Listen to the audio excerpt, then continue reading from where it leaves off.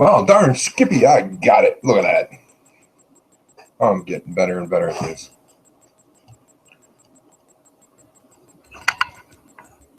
Get the camera adjusted right.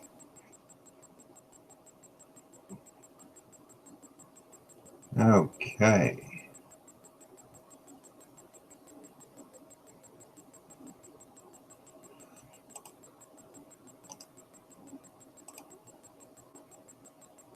Hey, it's Mr. Manland 121.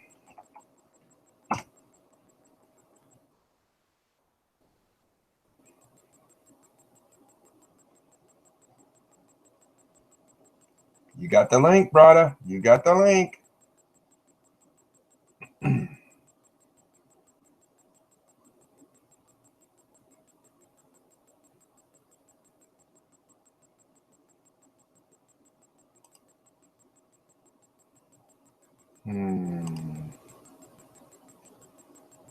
Let's say we can get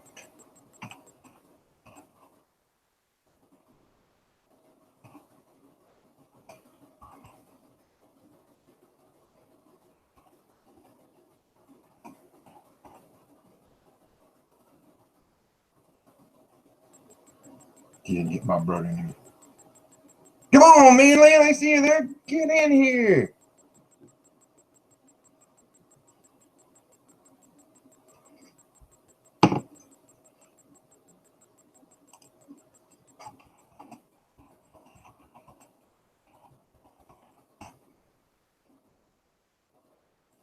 You gotta get in here. Can you hear me? Oh. I think it's working.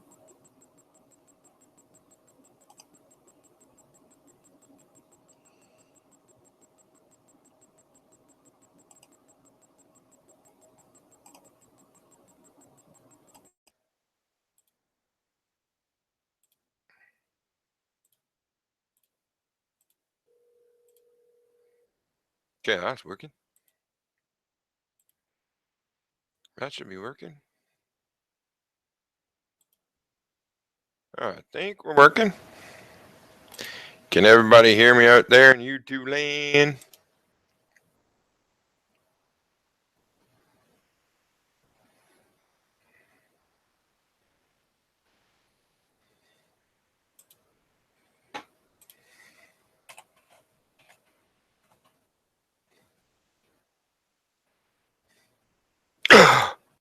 Is that my favorite brother from another mother? It sure is, and I'm hoping you can understand me loud and proud. I can hear you good if you can hear me. I can hear you mighty good. That's awesome. So how'd your day go the other day? Wait a minute, I got a feedback here. That's what it is. Now. Feedback's not good.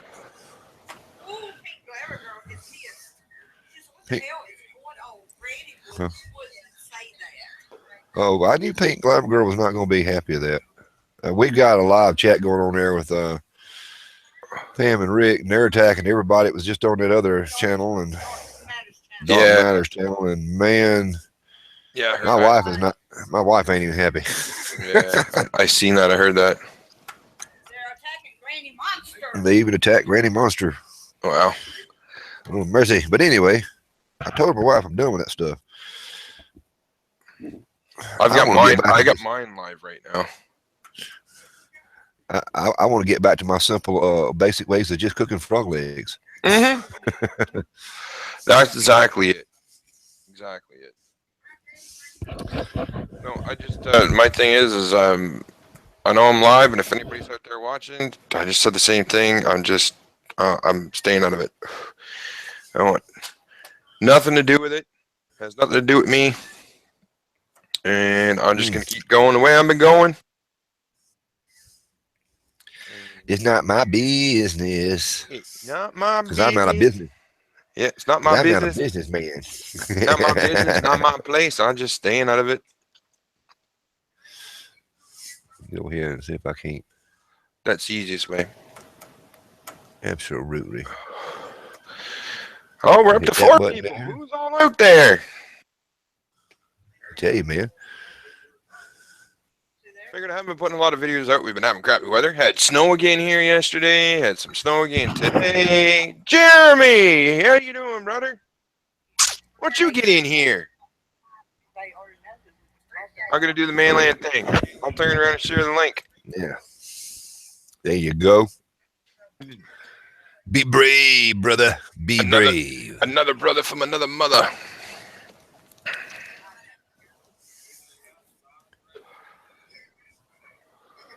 Uh-oh, my beer's empty.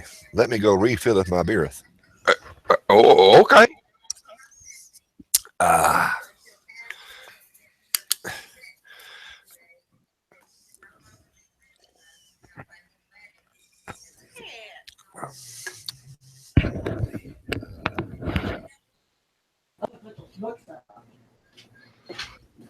Hey, there you are. Hey, what's up, guys? Not much. Mainland just went to go fill his beer. Holy moly, I got LT Survival in here too. Another brother. Oh, wait, you got a camera and a microphone on your computer? I'd love to get you in here in a live chat. I got some stuff I got to tell you.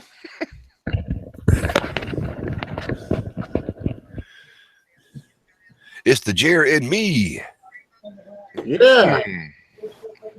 What's going on, guys? Not too much.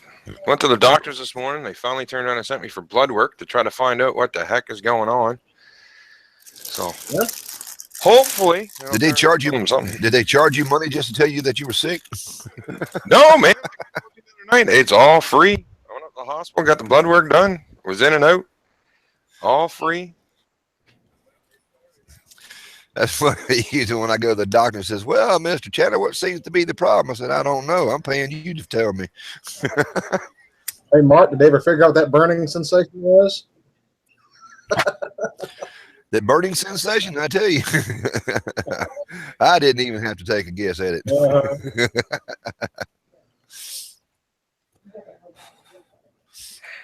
what's up there, guys? Not too much other than battling with back and forth of feeling like crap in the morning and then feel a little better in the evenings. But other than that, things have been going pretty good. I turned around and got confirmation today that my new backpacks that I turned on and ordered in are actually in Memphis, Tennessee, of all places. China to Memphis, Tennessee by FedEx. And then they're coming here. Wow. I think I watched that video on that pack. You were showing all the Alice loops and everything that was on it. Yeah. That's kind of a slick looking pack. Yeah, it's my the FSB Coyote Hunter is the name that I got from it. I got it from another buddy, Randall. That's he's on YouTube as well. It turns out it does. He's a forge knife maker, using forges and stuff, doing the old-fashioned way. But it looked like it was a bucket pack that you could actually unzip and open up all the way. yeah, it does. It turned around. It's got the zipper across the top, like a normal pack would. You can flip it up. I basically took the idea, and when I designed it, I took it from the Canadian rucksack and the Canadian duffel bag, military duffel bag, and kind of combined the two of them together. Because that was my biggest thing is I hate when I'm out, turned around, you know, you got your pack, especially here because where we have the snow and all the time, and where Cole and I go in the wintertime, it was a pain in the ass when you tried to have to get something from the bottom of your pack. So you had to pull everything out to get to the bottom. So that's why I thought the idea of having the zipper so you can lay it down on its side, unzip it down the center. You know, you can grab whatever you want from the bottom, turn it on and zip it back up, shake it, everything kind of goes back into place. Yeah, I've always been a fan of the bucket packs. I like just stuffing it all in there and going. Mm-hmm. Now, the only downfall is when I originally, starting the tail end of last summer, when I turned on and put that video out and a few that I had turned on and got, I was doing them for $100. But unfortunately, due to cost of inflation and shipping and all that other fun jazz and everything else, this set of packs coming in, I haven't paid the duty on them yet, so I don't know what they're going to hit me for duty to turn on and get here. But probably going to be looking at, it's going to be about 130 to 140 bucks a pack, and that'll include shipping. I'll ship it anywhere in North America. Oh, nice. And then I got matched up with it the same color. Now I didn't make them up, but they're like a shoulder bag. You see like a lot of those Maxpeditions and stuff, they turn around and make them. I'll go and grab it here in a minute. But you can use that as a shoulder, or you can actually turn around. Oh, sorry. If you click that link there, Louis, that I just turned around and put in the chat, it should turn around and take you to the Google Hangouts, and it should allow you to log in right there. But the shoulder bag is kind of nice because it actually, you can unclip like the shoulder strap and it tucks down inside. And with all the multi webbing and stuff that I have on the back, you can actually attach it to the back itself. And it's big enough I can fit a full-size Malnat plate and cutlery and whatever extra stuff you want to put into it. Uh-oh. What's the matter, baby? What's the matter, baby? Hey, baby man! Did you have a bad dream? Are you okay? She looked down everywhere. Oh, she's not happy. Yeah. She had What's the matter, baby bird? Can I have kisses? Can I have? Oh my God, there's another good buddy of mine, Chris Morrissey. I haven't seen him in years. Do you want to see him? Can I see you? No. She wants mama. She What up wants to, Chris?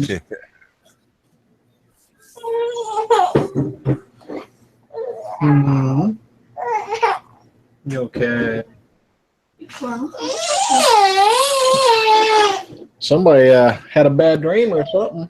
Well, that's no good.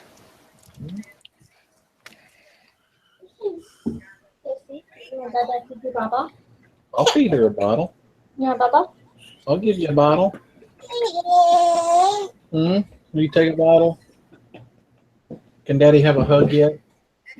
Daddy hasn't seen her all day. Oh, she's not happy. No. You know what? Let me give her some Tylenol. You got teeth cutting in, Jeremy? She got some teeth cutting in or something? Yeah, she's got some uppers coming in. Oh, yeah. Yeah, give that baby a cold beer. It'll be all right. Throw some dirt on it. You okay? Let me get you a bubba. Congrats, Chris. That's awesome, brother. I'm gonna mute me for a minute. Yeah, no problem.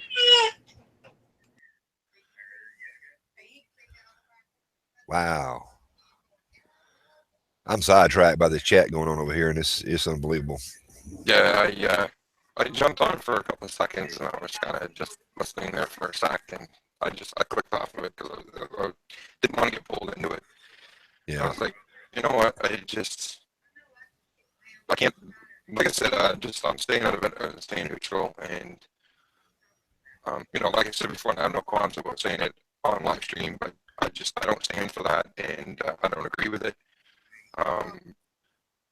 I personally, anybody that's watching, if you know what we're talking about, I apologize, but I don't agree with it. I think, it should have been dealt privately, and YouTube is not a place to, be streaming that kind of garbage and, all that other stuff. Yeah, nobody wants to hear it because all it's done right now is called one great big division. Yeah, well, my thing is like I turn around and say, I'm here to learn, as I turn around and say all the time, learn together, survive together, and make friends, and make family and everything else. Actually, Chris, I don't think I'm going to turn around and make it down to Nova Scotia this year, unfortunately, and the reason being is that my other brother from another mother, Mr. Mainland 121, that's on the panel right now, they've got the VU 3 coming up in Mississippi, and I've missed the first two of them, and I really, really, really want to get down there this year. So unfortunately, the family and I have already started saving up some savings and stuff like that, and I don't think it'll fit in the budget this year to turn around and make it down to Nova Scotia. I know it's not that far for us, but last year when we went down there, it was almost $300. I had to turn around and spend for the weekend for the family to go down there. So that's pretty much my gas money to turn around and get me down to Mississippi and back. So Yeah. That gas, I'm hoping the prices drop a good bit more before the VU3 gets here. well, I'm not too worried about it because your gas prices in the States are already a hell of a lot cheaper. So it's like I said to Tara, we're going to turn around and put enough gas in the van to get us to Calais, Maine. And then once I cross the border, I'm filling the van up there. Yeah. Well, you know, it's down south. It's all downhill there, brother. You can just coast all the way. Yeah, just put it in neutral and just glide. Woo! That's right. So we'll test the theory whether or not the world is actually round or if it's actually flat. Yeah. Actually, Chris, do you have a microphone and a camera on your computer? I might have you on the panel tonight, brother. I haven't talked to you in a long, long time. The one that's in the chat, I don't know if you see it or not there, Mark, Chris Morrissey, he's actually a good buddy of mine from way back when I was just a kid.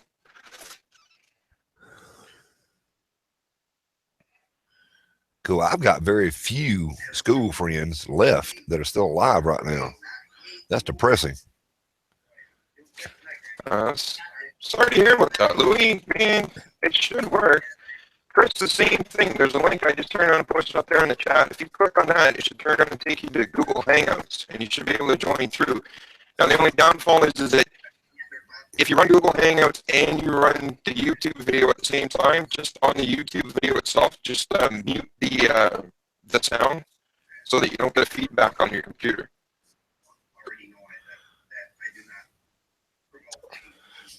Peter, you're having audios in and out there. It'll get loud, then low, and then it'll start going choppy. Oh, my freaking microphone's messing up again. They were saying that the other night, too. Is that any better? Or getting any better if I straighten this cord out? Say the same thing. Your mic's breaking up real bad. It sounds like a mic issue. Yeah, I think, is that any better?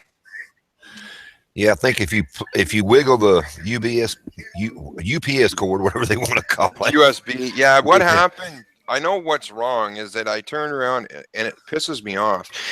I just got this headset not that long ago, and I paid like $79 for it, and it's got like a cloth wire on it. And I accidentally the other day, I wasn't paying attention, and it's got quite the long cable on it.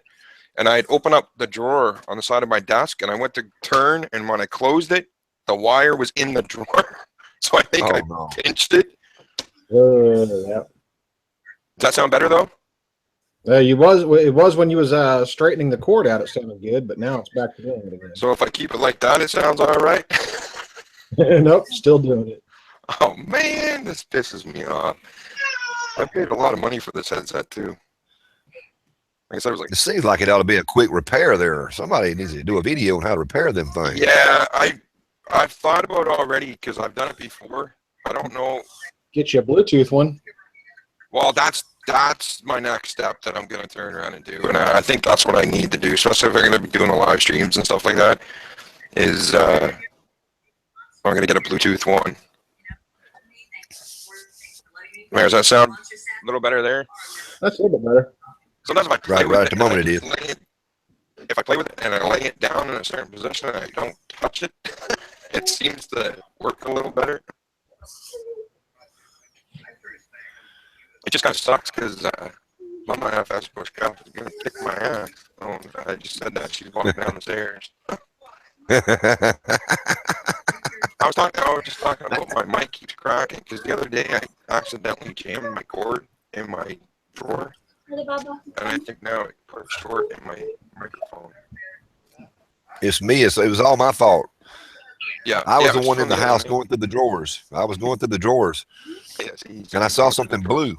You saw something blue, yeah. I was just trying to steal a kiss. I was showing Mark some of your love. That ought to be painful, yeah. Yeah. No, was it Dave or Chris? Okay, you over there. Oh, Dave, yeah. I'm going to have to look at that video again. I want to check out that pack again. How much did you say they're going to sell for? It's going to be around 130 to 145. Tara, can you do me a favor, hon, and grab me my Coyote Hunter pack that's there on top of the black tote? You know, my pack, the one I designed. Thank you, darling. I got an old Yucca Scout pack that I found at a thrift store down in Warsaw, Missouri. And it's got the canvas straps that come over your shoulders. And they're stitched to a piece of leather on the back of the pack. And they're starting to tear a little bit. So I'm thinking about trying to find some really thin leather straps. Nope. She's upset now. No, it's okay. I got an idea. Hey, LED 8541, how you doing, brother? Yeah, well, yeah, you can put it on and step back a little bit, maybe. But yeah, I'm trying to think about some leather straps that I can put in place of those canvas ones. Yeah, see, Tara, I don't know if it'll... Hey, why's my camera out? You can see the camera all right? Yep. Yeah, see, it's got the zipper on the top that you can turn on and open it up that way. But then you got, like I said, you got the zipper down the middle. I like that. I like That's that. sweet. Yeah, and it opens all up. Like And the it's a best of both worlds. It's a bucket pack that you can unzip all the way down. Yeah, and it's a full 65-liter pack. And the way they got the top is nice, too, because when you open the top, you can actually fold it, and it'll stay up. So it doesn't drop down on you. Yeah. See, my Walmart deal don't do that. Yeah. And then you've got it. There's a small little pouch on the top. I kind of use it more just for putting TP and stuff like that in. And then you've got your two full-size pouches on the side. I don't know if that shows up very well, but both of the side pouches will actually turn around and hold a full Nalgene bottle. And I can actually get a water bottle in there. Plus, I can also, if I wanted to, I can fit my Stanley Adventure cook kit and everything all on one side. And then That's what I'm screaming. I applaud that. I applaud that one. yeah, absolutely. And then it's got pouches and stuff on the inside too. But I've got a pack up right now that's fully packed, and that's basically got my complete full military sleep system in it for the wintertime. I've got my Disney bag in there, and then changes of clothes, plus everything that I need for turning on and being out in the bush on a winter camp out. And then you've got all the MOLLE webbing on the outside, so you can attach, you know, any other little pouches and stuff that you got. And of course, I got MOLLE webbing down on the waist strap too. But and then you got your belt on it and stuff. But like I say, when the new ones come in, I'm hoping to turn around and have them for Thursday.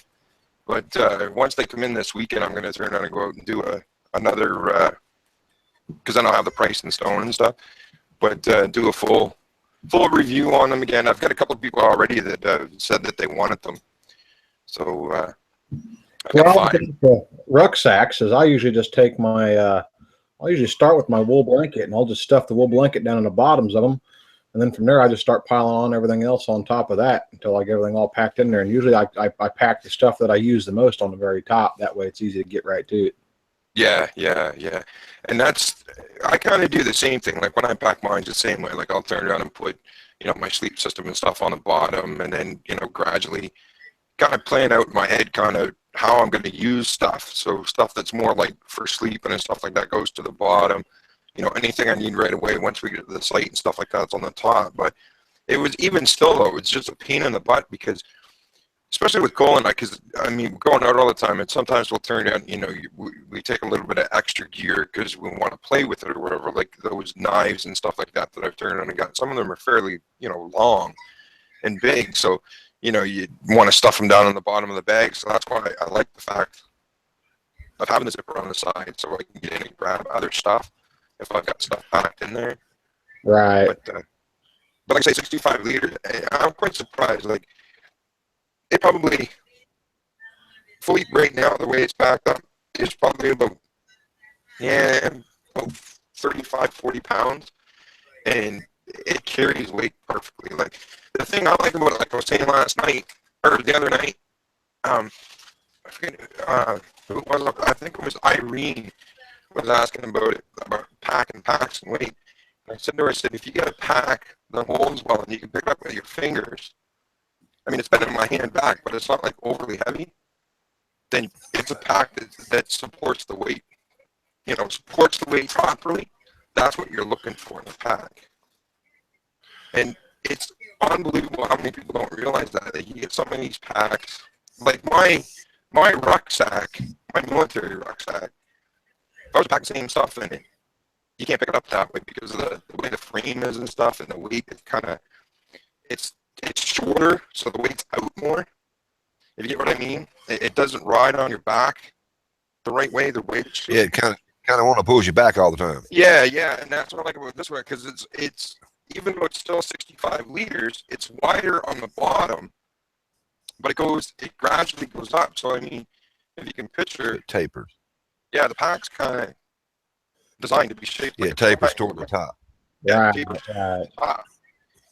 And see, what I like about the fact of it is like a duffel bag too. That comes in perfect because I've got nothing there but my purple drink, right?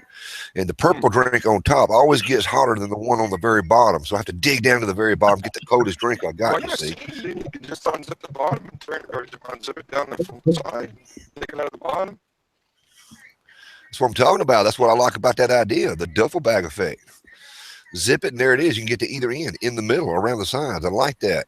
One of my new favorite packs that I use for camping right now is probably going to be my, I think it's like a Swedish style pack. It's got the triangular frame on it. It's kind of like an Alice pack, only it's got the canvas bag on it with the, it's almost kind of like a triangular shaped pack frame.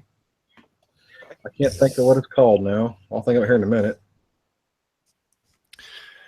Yeah, if I could figure out how to get my ice chest to become a backpack, that's what I'd carry around. I guarantee you that.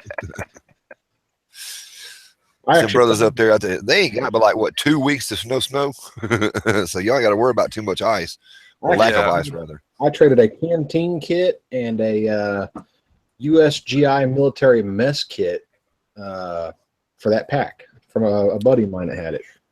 Oh wow, Louis, I seen you mentioned there, turned out and inviting you straight through Hangouts.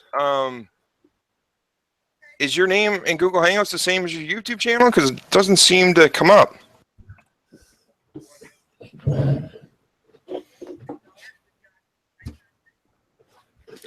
He may not have the correct app in his browser. You have to download that Google Hangouts app into whatever browser you're using before it will work. Oh, maybe. Yeah.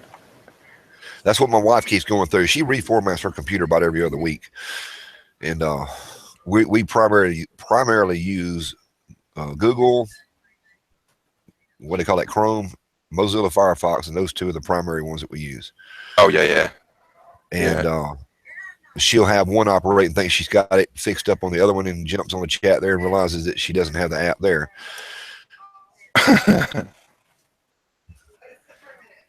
Hey, LED 8541, appreciate you subbing here. I do appreciate it. Although I'm gonna stay right here now. I don't need no more subscribers, y'all. I'm done with it. I got enough. My mailbox is full.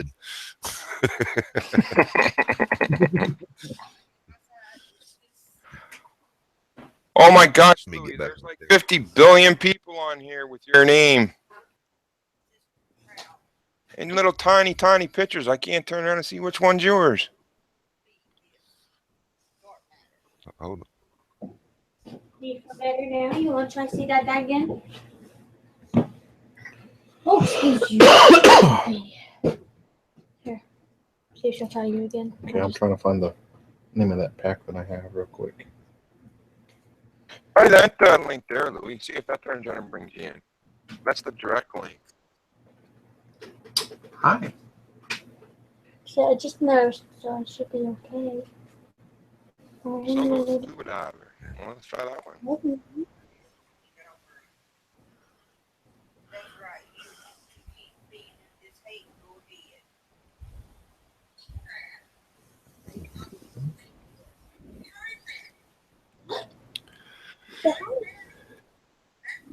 Oh, it doesn't come up. Oh, wait a minute. I put the wrong one. That's why. What's up, baby? You want to hold on with this again?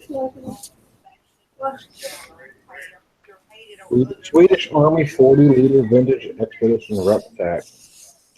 That's all I can find for the name of it. No, it's not coming up either.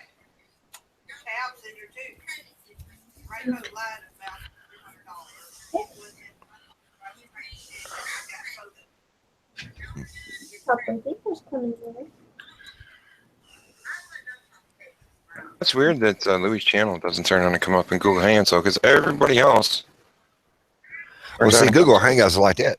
I had to do it when I did a search for you earlier today on Google Hangouts on a private side there, you know, just try to see if you're in my group or what we want to call it, Hangouts, I guess.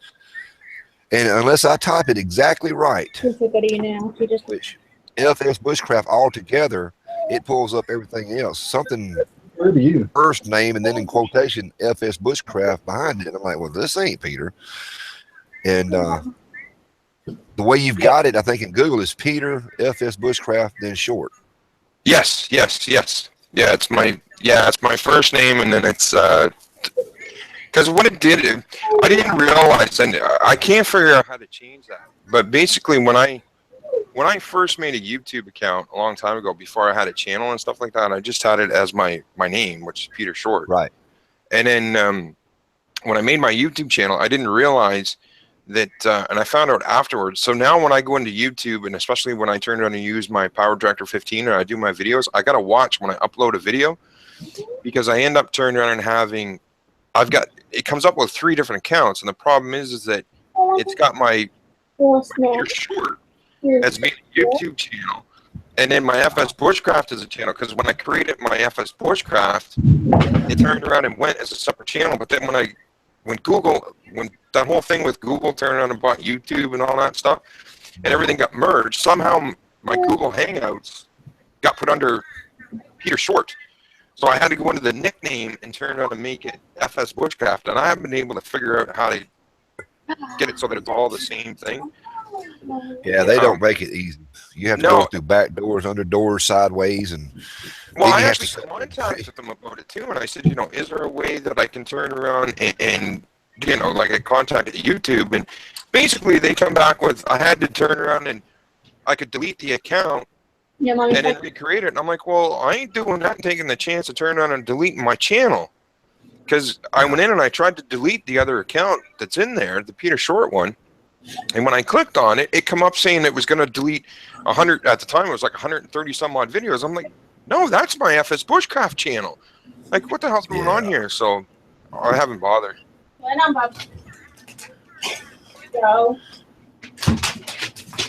they don't make it easy to try to figure it out, just to migrate everything together into one thing. Yeah. These folks that create these programs are geniuses, but they absolutely suck at trying to actually run one. Yeah, that they do. That's like people that design and drive, they design cars, but they actually have to have other people to drive them to figure out what's wrong with them. Yeah, exactly. Hey, Mark Martin. How you doing, brother?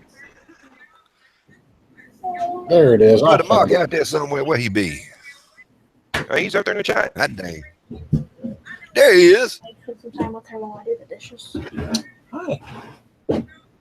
She chewed on some frozen grapes. We got Digger 57 in there too. Hey, Digger. And we got Kaylin Strains in here.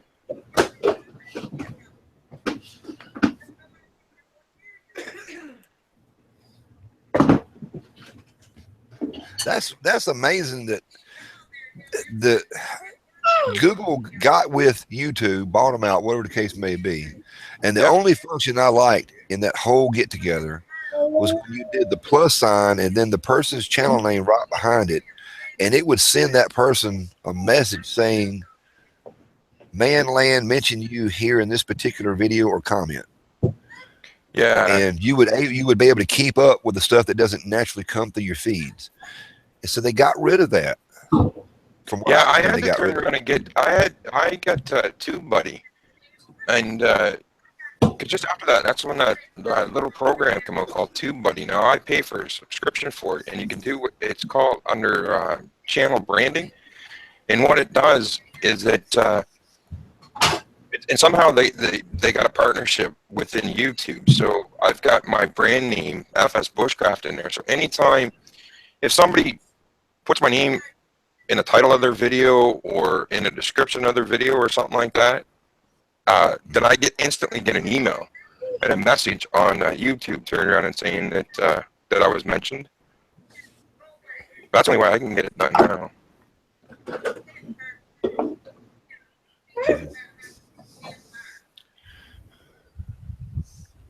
off of that bottle.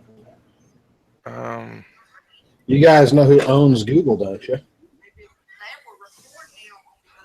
What's that?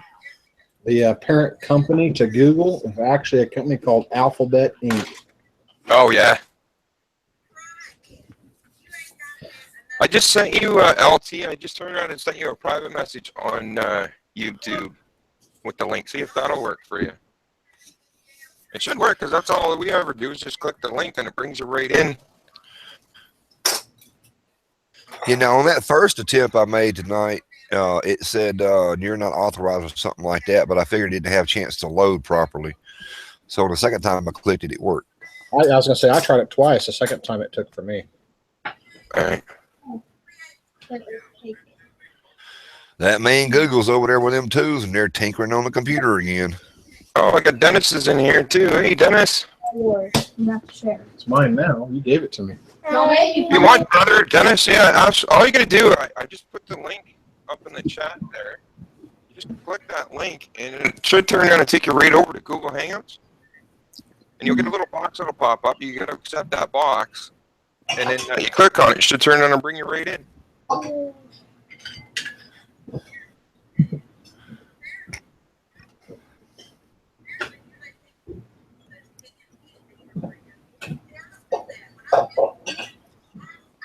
Jack Greenwood. Am I blazing? No, I'm smoking a cigarette.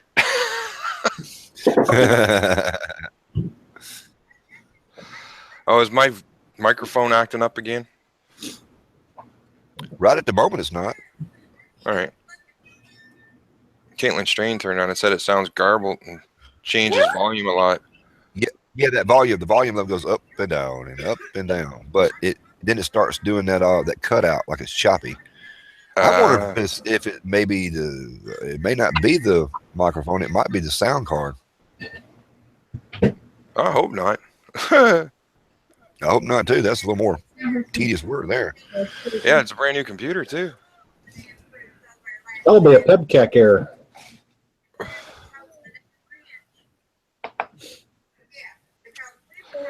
I might turn around and try some night too, because every time I do a live stream, that's when they say it's been doing it. Now on the front of my computer, I have my microphone. It's turned on and plugged into the USB 3 port, but because it's a 7.1 surround sound card and the microphone is or the headset as well.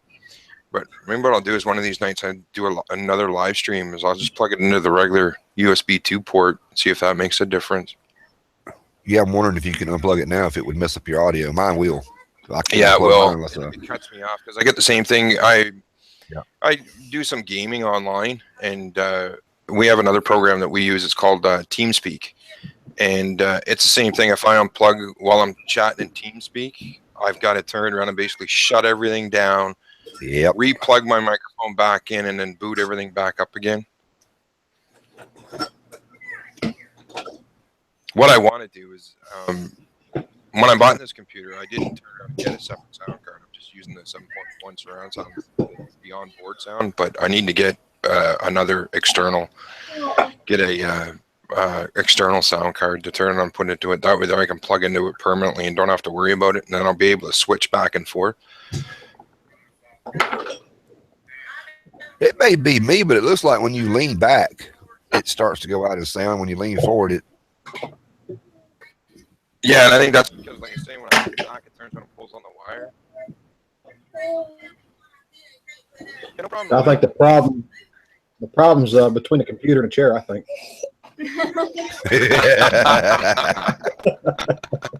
Yeah, That's an excellent diagnosis there, my doctor brother. yeah, absolutely.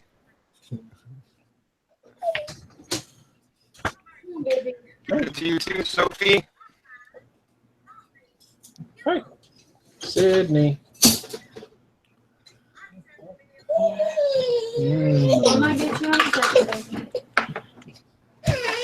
Kayla says she kicked herself out. Did that help any?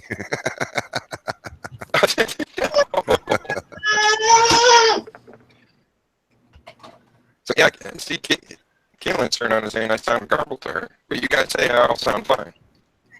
Right now, you sounding garbled. No, no. Come on, headphones, stop acting up. Need a bigger hammer. Bigger hammer.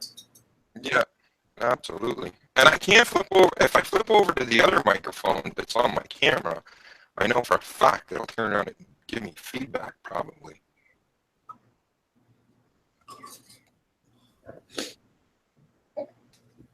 But you know what? I'll give it a shot and see what happens. Yeah, let's experiment. We might actually learn something here. There, does that sound any better? Can you hear me? Oh, that sounds a lot better. Yeah. Oh, sweet. So I'll just turn around and do that then. I'll keep the sound from the chat going to my headphone, and I'll use the other microphone then. So that sounds good. Yeah, that's normally what I do. Is I usually have the external speakers going at times, but keep the microphone hooked up, or vice versa. Yeah. Yeah, if I do it that way, then that might sound better. So that sounds better, Kayleen?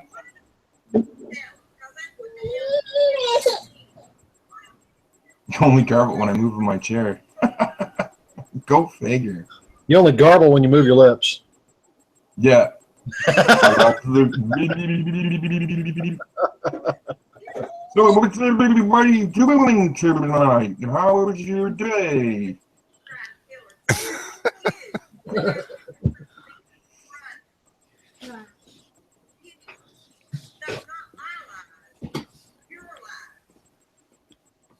Wow, I can hear that going in the back. You can really hear it? Some of it. Yeah, she's loudmouth right now, I'm telling you. Oh yeah. Her and Dark are having it out right now. He's in the side chat and she's on, and Granny's in there on the side chat. My wife's trying to keep me up to date on all this stuff, and I knew it was gonna come to a head, and I guess now is as good a time as any. Oh, what happened? Oh, that stuff that was turned around and going on, that a few people turned around and attacked a couple of our YouTube community. A whole bunch of stuff that should have never turned around and been on YouTube. It should have never been, but being that it is there, people are splitting down the middle and picking sides. And yeah. The sad thing that I have noticed is that when other people get involved, like people on the side chat or people making videos or whatever the case may be, they're putting their own 2 cents in there, taking bits and pieces they've heard and turning it either into fact or fiction. Yeah. And then other people hear that, they start believing it. And, I mean, it's just building, snowballing here. Yeah, it's just typical. I don't even know what you guys are talking about or what video you're talking about. Yeah, this is one of the YouTube community areas that kind of drifts away from what we hang around with, like bushcraft and camping and stuff. These are everyday folks that kind of wanted to get into that and kind of play with it, just touch on it a little bit. But I guess shooting vlogs, I guess is what you call it.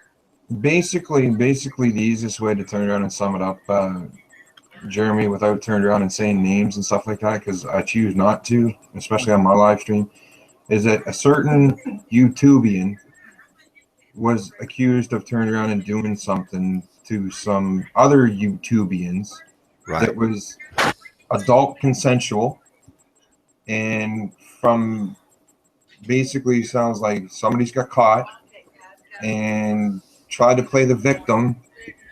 So now everybody's bashing the person that turned around and sent the stuff. If that makes any sense, if you can gather heads or tails from that. Just drama. Yeah. Basically, and that's my whole take on it. It's basically, it's come now that it's like junior high school, schoolyard. She said, or he said, she said, and blah, blah, blah. Kind of stuff. I got better things to do to get involved in drama. Yeah. And it's kind of like this. If you're not on somebody's side, and they find out, they automatically start talking about you. And you didn't make a decision. He's like, well, hey, I'm in the middle of this. I got friends on all sides here. It doesn't matter. If you're not with the clique on that schoolyard, they're going to start talking. And the same goes for vice versa on the other side to a certain extent. Yeah, that's why I say I just choose to, like I say, not say names or anything, and I just choose to stay out of it. It has nothing to do with me. The only thing I'll turn around and say is that the main person that's being accused, I've been a subscriber to his channel for quite a while. He's been a subscriber to my channel for quite a while. He's another brother in combat arms, and I have no problems with him. And you know, he took his channel down for a while. He put his channel back up. I sent him a message the other day and was talking with him, and glad to see his channel's back. And you know, and the other ones, kind of the accusers, I don't subscribe to their channel, and I don't really know them, so I just ignoring it. Yeah, it's just drama. Yeah, That kind of stuff. Well, it's like if somebody would get here on YouTube and say, "Manland, you're cooking frog legs the wrong the whole time. You know, let me show you." And I don't mind them teaching me something new, but when they put a person down, like, yeah, well, you're from Mississippi. As long as you're doing it in good humor and respectful, that's one thing. If it's in humor, if it's done in a comical satire way, you understand that, Right? but to sit there and just really, I would mention somebody else here that's not even related to none of this right here. This was a subject long ago, but yeah, when you're being politically correct about proper names of what this piece of gear is so called, whether it's a stove or a burner, in my opinion, it don't matter. I don't care. That reminds me. Oh no. That's like that guy that turned around and made fun of my grandma and peanut butter back there quite a long time ago.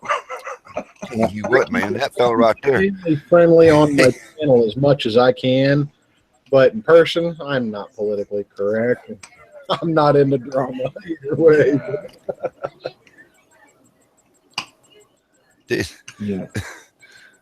And I found out that crunchy peanut butter works just as well. Yeah, exactly. It gives you a little extra grinding. Yeah, man, I gotta have something chewing on you, a little after effect there, man. Oh yeah. Yeah, absolutely. 3 days later, after brushing my teeth thoroughly, I still got peanuts in there somewhere. Absolutely, Sophia. I agree with that 100%. The great outdoor awaits us. The whole divide and conquer within communities takes our focus from that. Absolutely. That's why I turn around and say at the end of every one of my videos, you see in the credits when it goes up, my whole thing is let's learn together and survive together. But see, now that right there, I'm glad you said that, Peter, because it makes sense. One thing I try not to do on my channel is to talk religion, politics, and what's the other thing, something like that, whatever the case may be. As long as we don't touch on those type of subjects, you really can't start a war unless you got some butthole who thinks they know everything about everything when it comes to the great outdoors. Absolutely. And he takes it upon himself to sit there and say, no, you're wrong.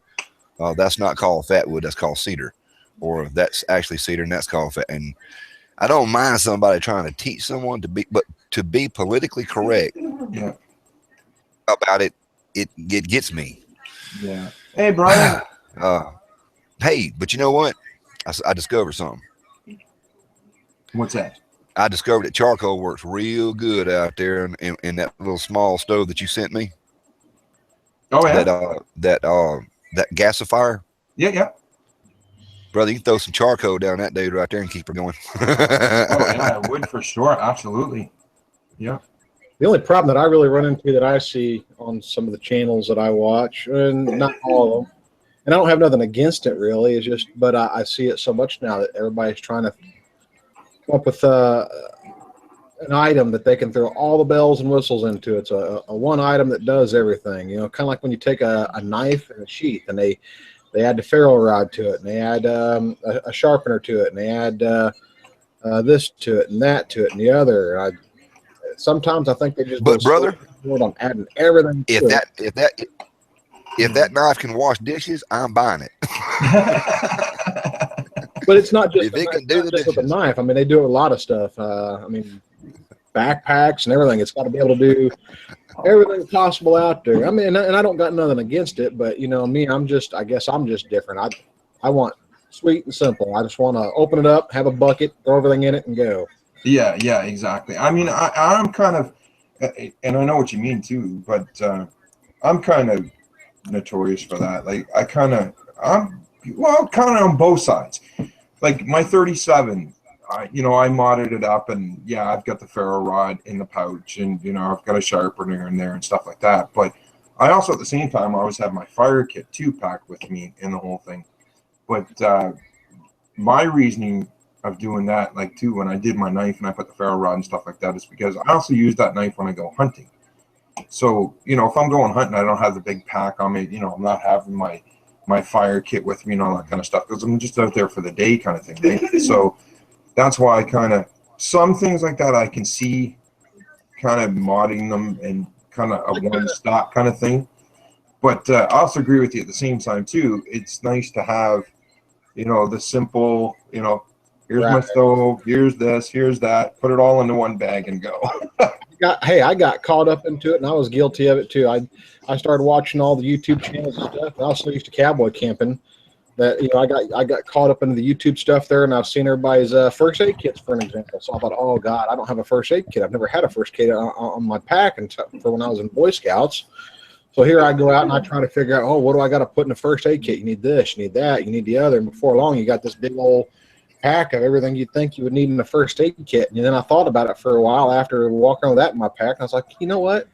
I ain't never going to use any of this crap. You know, back in the day, if I got a cut or something like that, you know, you wrapped a cloth around it and some tape or some string, and you got back to the house and you got it fixed. You know, That's like Cole Craven and I. We talk about the same thing. Like, I never really, back in the day, I never hardly ever carried a first aid kit with me, hardly ever.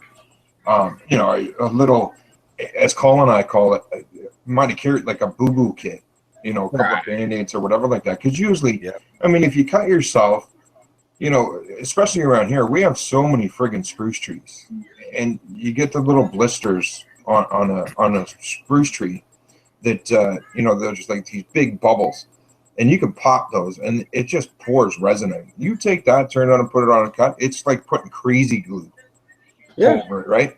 Yeah. And you know, the same thing, kind of the same idea. You know, if you cut yourself bad enough, you put some of that on, slap a Band-Aid on, get the hell out of Dodge. You know, if it's that bad, you know. And I'm not saying somebody shouldn't have a first aid kit in their pack. I would just, you know, when I did it, I just started going with everybody else's ideas and started going overboard. And before long, I had more of a first aid kit than I had a backpack. Oh yeah, absolutely. Yeah. I don't carry a first aid kit around with me when I'm doing everyday walk to life. When I go to Walmart, I don't have a first aid kit. No. When I go out in the woods and stuff like that, and I'm messing around, my first aid kit, and to be honest, is a roll of duct tape and some cotton balls. That's it. Yeah, that's about it. Well, that's like tape and a bandana. That's like the whole thing that got going on and started on EDC.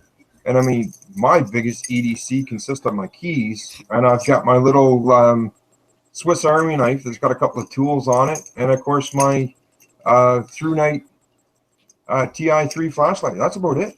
Yeah. And if it's not too serious, you just rub some dirt on it and walk it off, right? Yeah, absolutely. That's right. Throw some dirt on it, man. That fixes anything. Oh yeah, some mud. But yeah, I leaves nature's Band-Aid. Absolutely, Sophie. I just gone more simple with it now. I like an open bucket pack, and I just dump everything in it that I want and hit the woods. Yeah, that's the easiest way. Let's see what's cool about that bucket, though. Is it actually like a little 5-gallon bucket or something in there? Or are you talking about just a bucket pack? Your dad. I'm not sure. I remember seeing a backpack that was made out of like a little half of a 5-gallon bucket somehow or another. And that was so cool. And I was like, oh, yeah, that's what I need to go. So you can flip it upside down. You got a chair. You can fill it up full of water, and you can sit there and wash your dishes in it, man. It's so cool. Yeah. And I actually...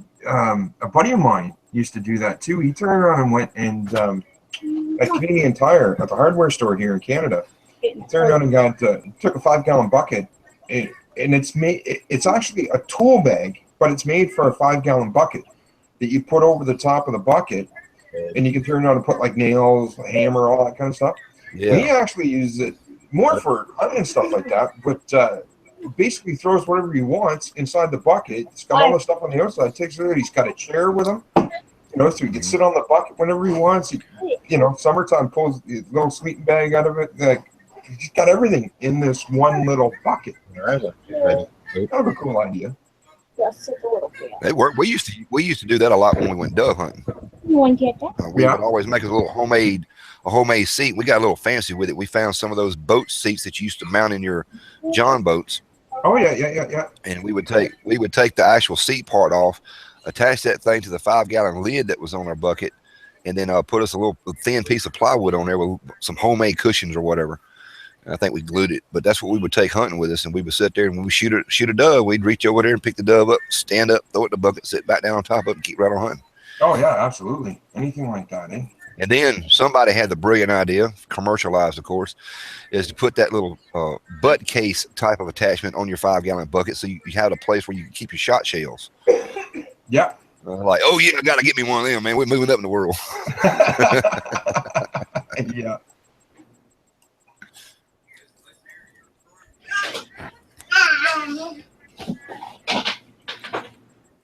There you go. Change this around a bit. Put everything on one screen. My other screen, for some strange reason, my other computer screen keeps flickering, and it's making it so I can't see the chat. Oh, you have to stretch it all the way out. Right now, so I got Google Hangouts in the background, and I'm watching the actual chat. Well, I'm watching the YouTube version, rather, I should say. Yeah. The external. I like The that. external, You call that's it the external. That makes sense. The external. Yeah, external. Bucket hunting, as Sophia says. Yeah, absolutely.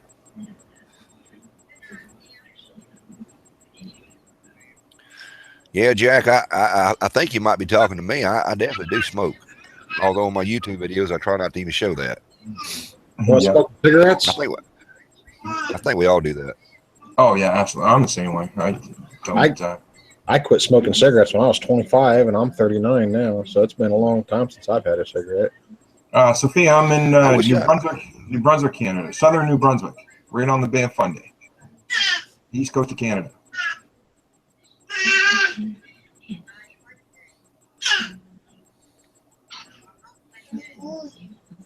Y'all here in the background there happened to be a baby lamb. She's all excited.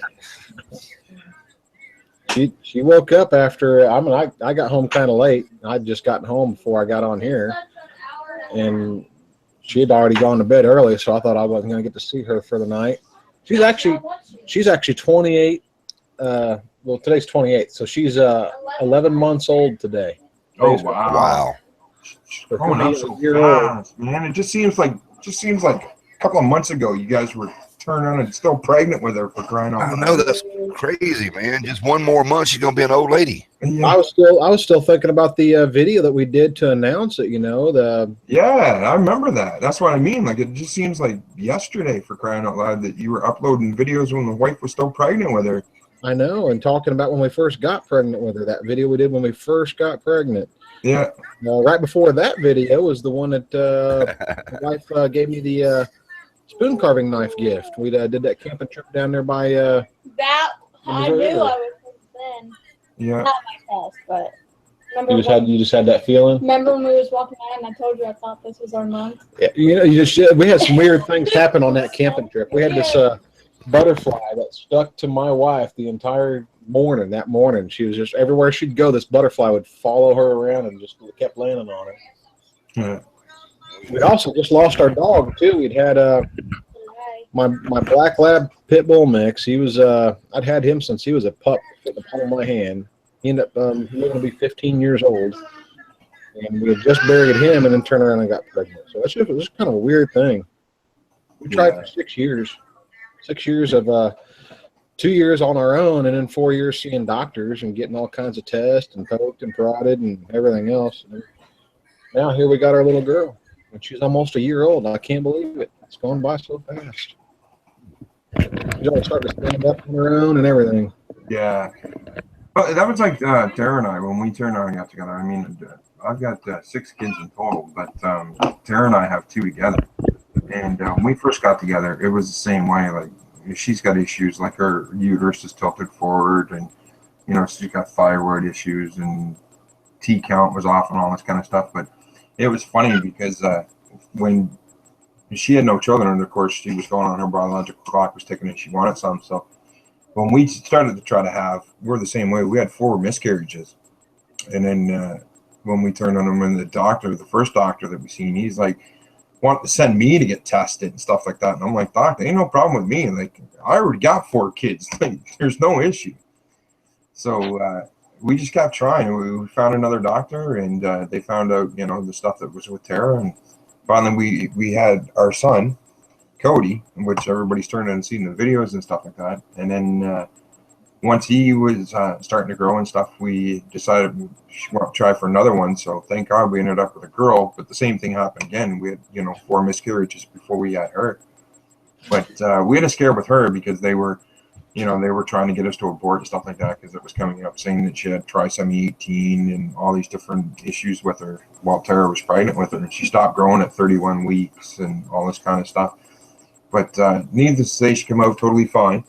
And we found out afterwards, like when she was born, I think what it was is she was actually a twin.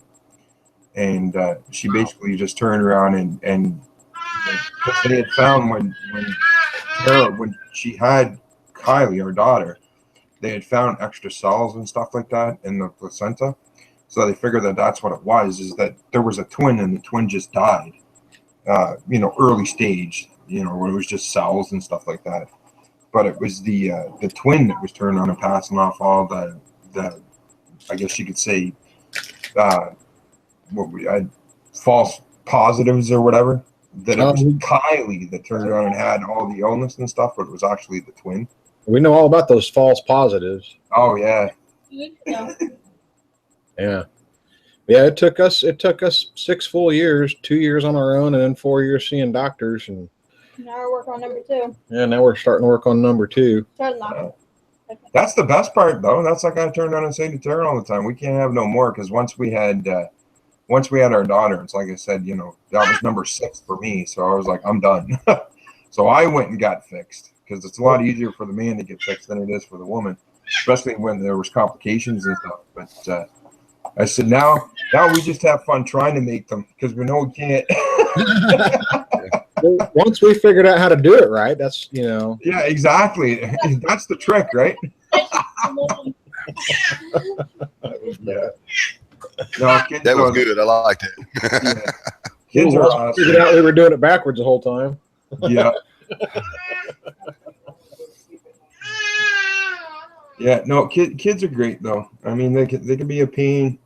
You know, like I say, mine span all the way from 23 all the way down to 9, and they can be a pain in the butt sometimes. But I wouldn't change it. Wouldn't change it for the world.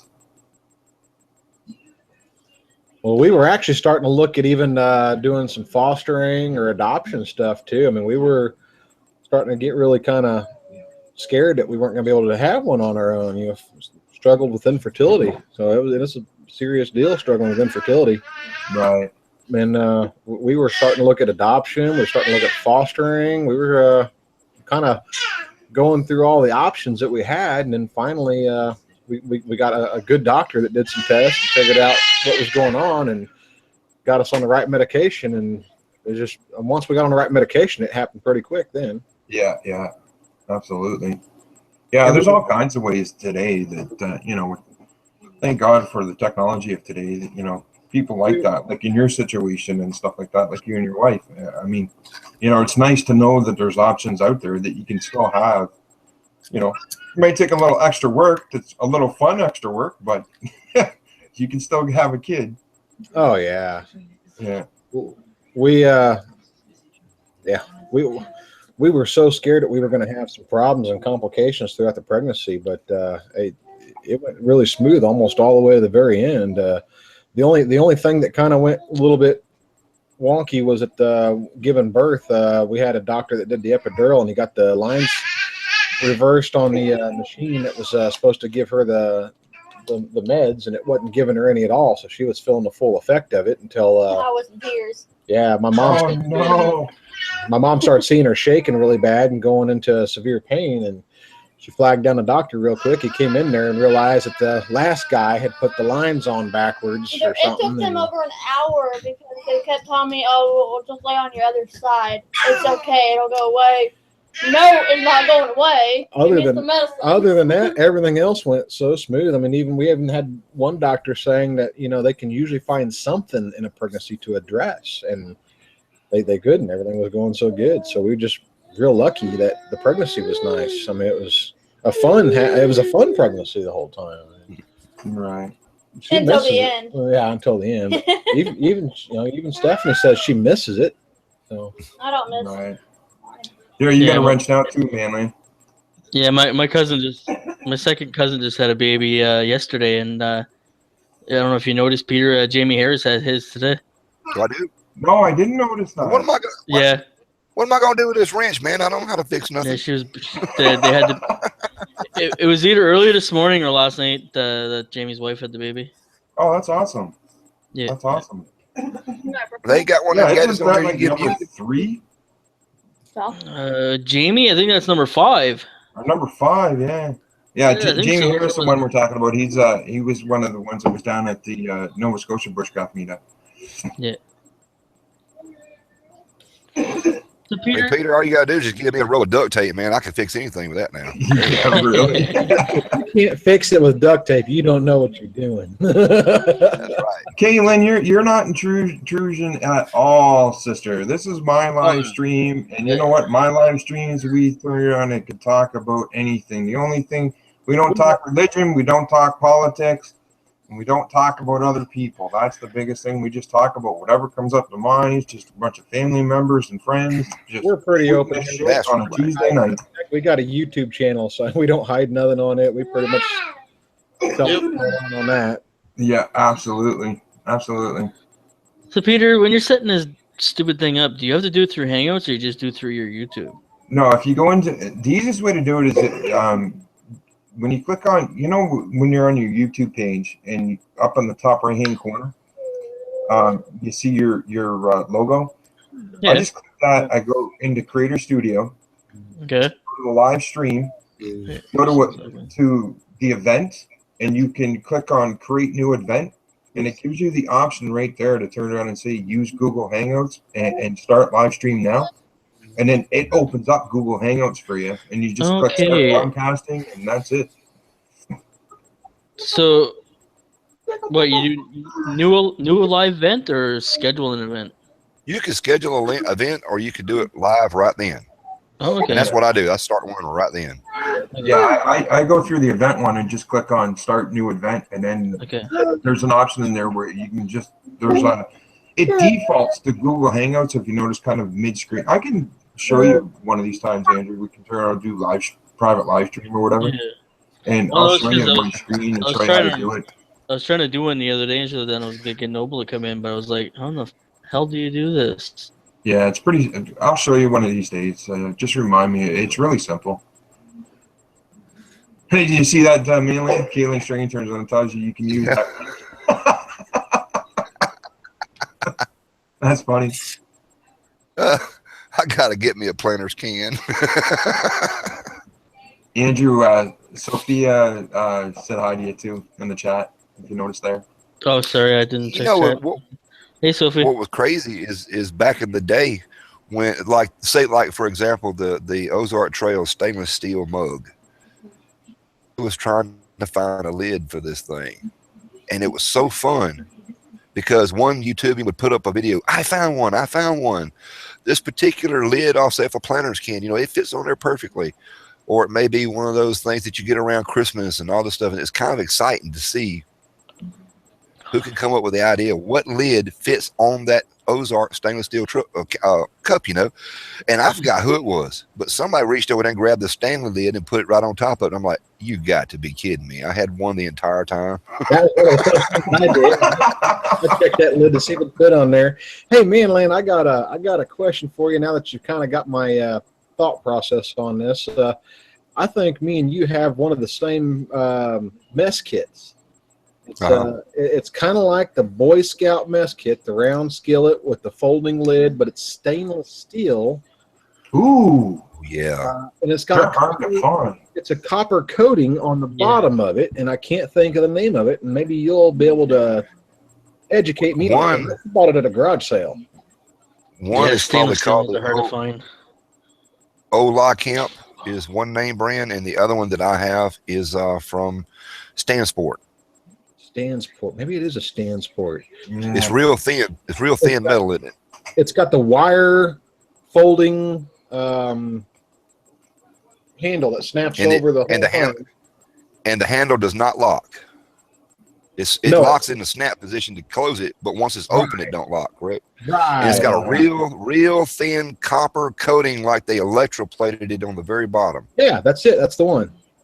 That's it. That's the one. That's the very one that I had, and I won another one from What is it? Full Circle Outdoors. Steel. It's a stand port.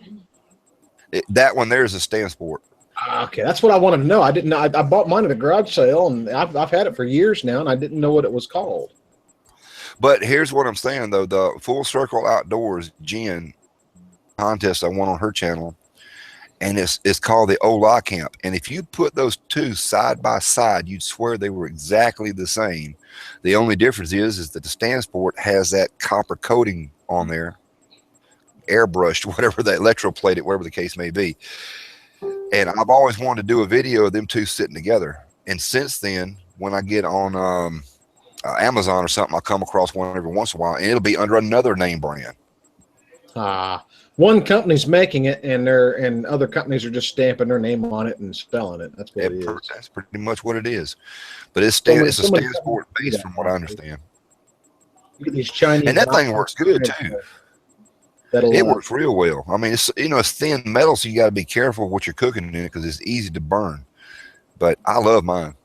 Yeah. Yeah. You got some of these. You got some of these Chinese knockoff knives that'll buy a name like Winchester and put Winchester on a Chinese-made design knife, and then they'll go sell it as a Winchester knife. I've never really cared for those things when I see them. I'm like, yeah, it's not even a Winchester. It's some knockoff company that just put the Winchester name on it or something. And then the nameplate falls off. Yeah, usually sometimes too, you notice those, but if you really look at it closely, sometimes you'll probably notice that the name Winchester is not actually spelled the same. Yeah. They change a letter or something like that. Kaylin, if you want to come in, I'm sure Peter will let you come on in there. Oh, yeah, absolutely, Caitlin. Come on in. Jeez, Mike Barton just there if you want to get in. Mike Barton just posted a new knife that he got, and it's made by a Canadian knife maker. Holy shit, is it a nice knife? Oh, yeah. Oh, I was just thinking. I've been looking at this knife. I think it's called the Pocket Jack. It's oh gosh, I'll think of the other name of it here in a second. Well, if you get a wrench, you can post a link in the chat. Here, I'll look at this real quick. I've been looking. Oh, yeah. See there, Jeremy? Kaylin just turned on a come in. She's got the one. Is that the same knife you're talking about? That's the one. That's the one I got. That's a stand sport.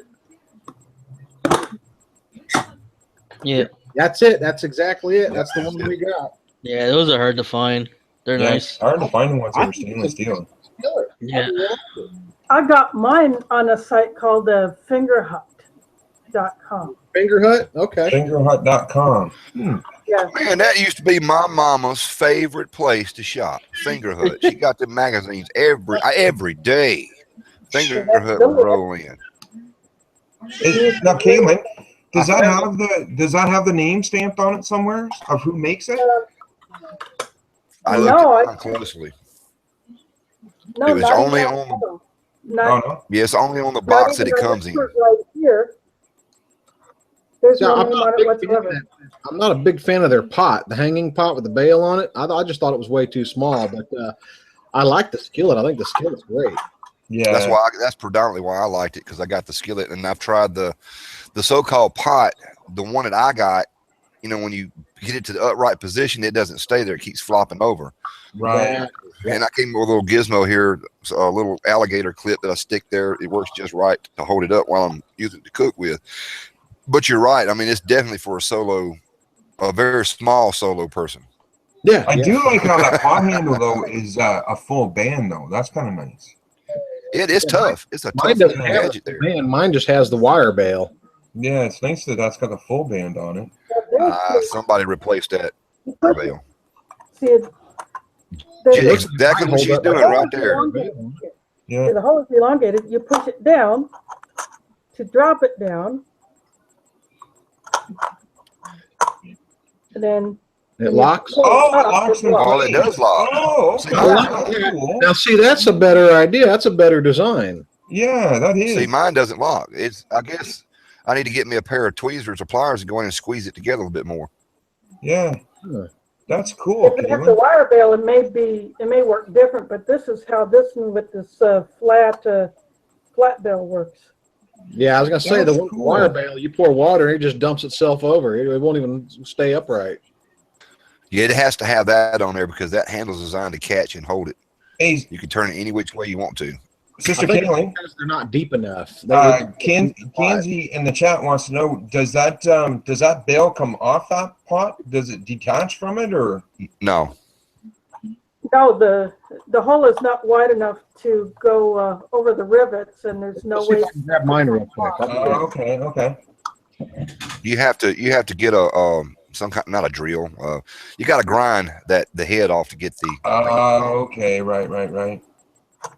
That's cool though that it turns on and locks into place. You don't see them very often that they do that. Yeah, mine's loose. It won't do it. And this is what it looks like, right? See, there's a little part here that's attached Okay, to the pot yeah. where the rivet is that it Yeah. turns on. I don't know how we can see that. Yeah, I see it. I see what you're talking about. Yeah, that's how it locks in. Okay. That's cool. That's sweet. And I got it in this mesh bag, but I want to get a proper See, stuff sack for it to keep it clean. yours came Right. with a mesh bag. The box that I Yeah. got says it comes with a mesh bag, but it never had it in there. See, mine has the wire bail on it. Oh yeah. Totally different. Now yours looks like it locks into place too though, standing up though, doesn't it, Jeremy? Well, yeah, but you put water in it, and the first thing it wants to do is dump over the sides. Oh, it doesn't lock in solid. Yeah, if I put water in it right now, the first thing it wants to do is just tip. It wants to Right. tip side to side. It's not deep Yeah, enough. I If it got was this loaded. I got a bag full of tea bags, and of course it's not liquid, but it's got some weight in there. Yeah. No, that's I cool. think it makes it great for a little eating bowl, just to put your food in it and just to eat out of it. I think it's better than. Yeah. Yeah. See, Kaylin's that wideband that Kaylin's got, it actually has hooks on the end of it. It's kind of like claws that dig in. It's kind of like wearing a cell phone holster in reverse. So When it clips onto your belt, you turn it upside down and it clips on upside down. Oh, I see. Yeah. So we got a question out in the chat. Kenzie wants to know, what is everybody's favorite mess kit or brands, as well as what's the average preferred size of your mess kit or pot? If we're talking about an actual mess kit, something that's labeled as a mess kit, right now, the Stand Sport. For me, I've been using almost religiously. I've been using my canteenshop.com stainless steel water bottle and canteen as my main cooking pot. And now recently I've picked up a stainless steel clean canteen. And then Shane Coffee gifted me a Toaks 750 milliliter titanium pot with a bail. And that's also become one of my favorites now, too. So I've got two cook systems, really, that I really enjoy. The only other thing I have is a military-style steel canteen cup with a lid that fits my plastic canteen. And I want to get the stove that can go along with it, but I also want the Stanley sets. I want both of the Stanley sets. Can't go wrong with the Stanleys now. You really can't. There's two things with the Stanley Adventure Camp Cook Pot. The green tab, a lot of people are complaining about that, and the tapered bottom has a problem because it doesn't fit on most stoves. You have to kind of improvise and kind of come up with a solution for it. Pop that plastic thing off and put a key ring on it. Well, I thought about doing that myself, but I personally never melted mine because I don't have a 10-foot fire when I'm cooking. I have a little small fire for cooking. It's actually to keep warm and just shoot the breeze real. Somebody's asking a question here: is the titanium brands better than a stainless? Nope.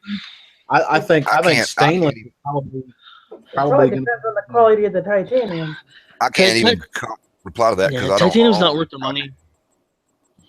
I got a titanium pot that I really, really like. It's lightweight and it fits my clean canteen perfect like a glove. Yeah. I love it. But as far as just all around durable, ready to go, ready to use, I'd say I'd go for stainless steel over anything else. Yeah, I would say the same thing, Kenzie. I would definitely turn around and stainless steel would be my first choice. I try to stay away from aluminum because of all the titanium. Yeah, it's just more expensive. Yeah. With the titanium, from what I've seen on videos, and this is only on videos, is the fact that it looks like it's very thin, very easy to bend. It'll warp. And but if it's like aluminum, aluminum do the same thing if it's not good quality aluminum. But I'm agreeing with Peter. I want to stay away from aluminum. One thing is hard to treat and try to keep it non-stick.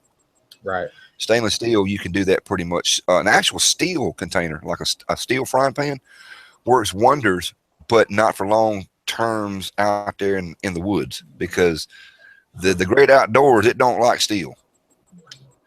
It just don't. You got to really take care of that thing. Keep that dude oiled up. What the hell's my pot?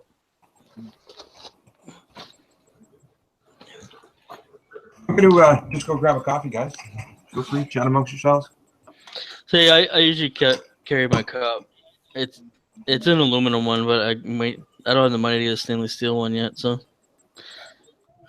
I bought the Ozark Trails version at Walmart. But I don't cook in this. I just use this for like coffee or something like that. Like I don't like cook food or anything like that in it. Yeah. It's not going to hurt you to do so. I mean, it really isn't. Yeah. From what I understand, they're saying you got to have a real prolonged use of aluminum before it even really gets into your system to cause the so-called damage and everything. Oh, I'm already brain damaged anyway, so it wouldn't really matter. Yeah, I think it'd do the reverse effect on me.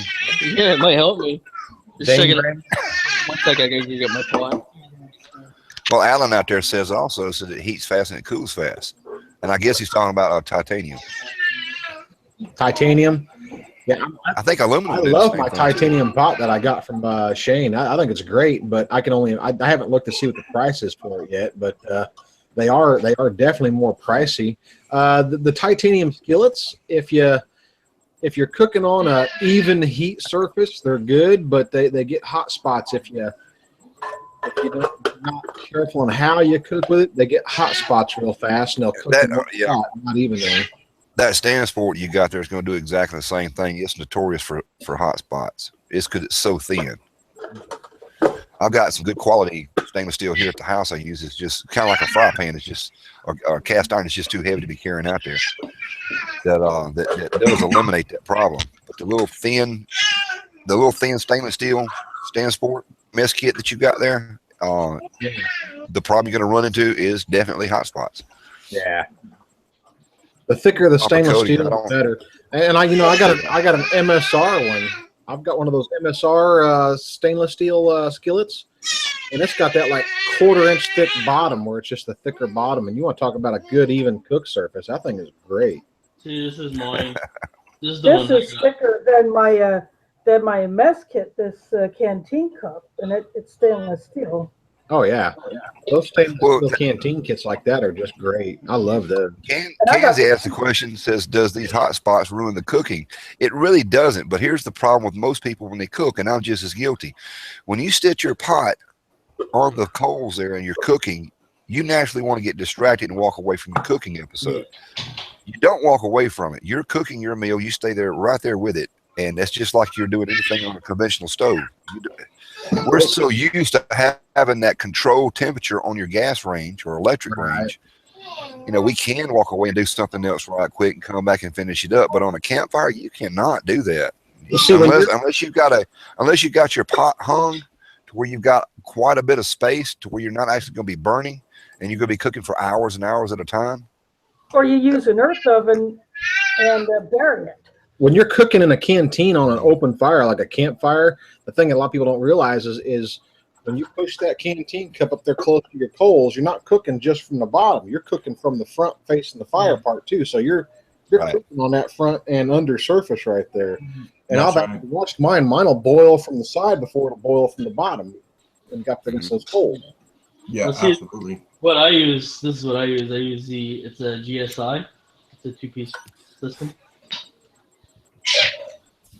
Now, Hot out frying there that pan. is Hey, very, Don. very true.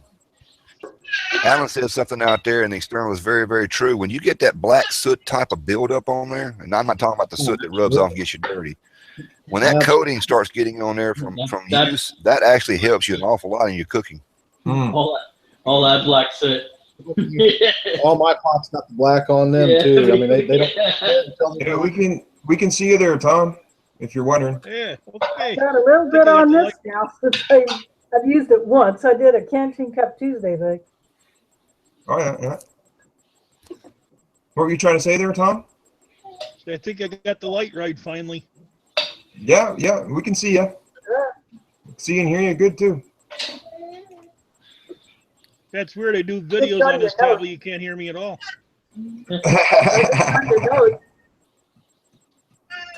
Well, I'll say it again. I said it before, and I said it several times. I'll say it again here. Person who owns shiny pot is person who does not cook. Yep. Yeah. It's not broken until it's blackened. Peter's pots must be really shiny then. Right. What was that, Tom? So I cooked a lot of stuff in shiny pots. Yeah, they were shiny when I started cooking with them. Oh yeah. When they turned green, I rolled them up.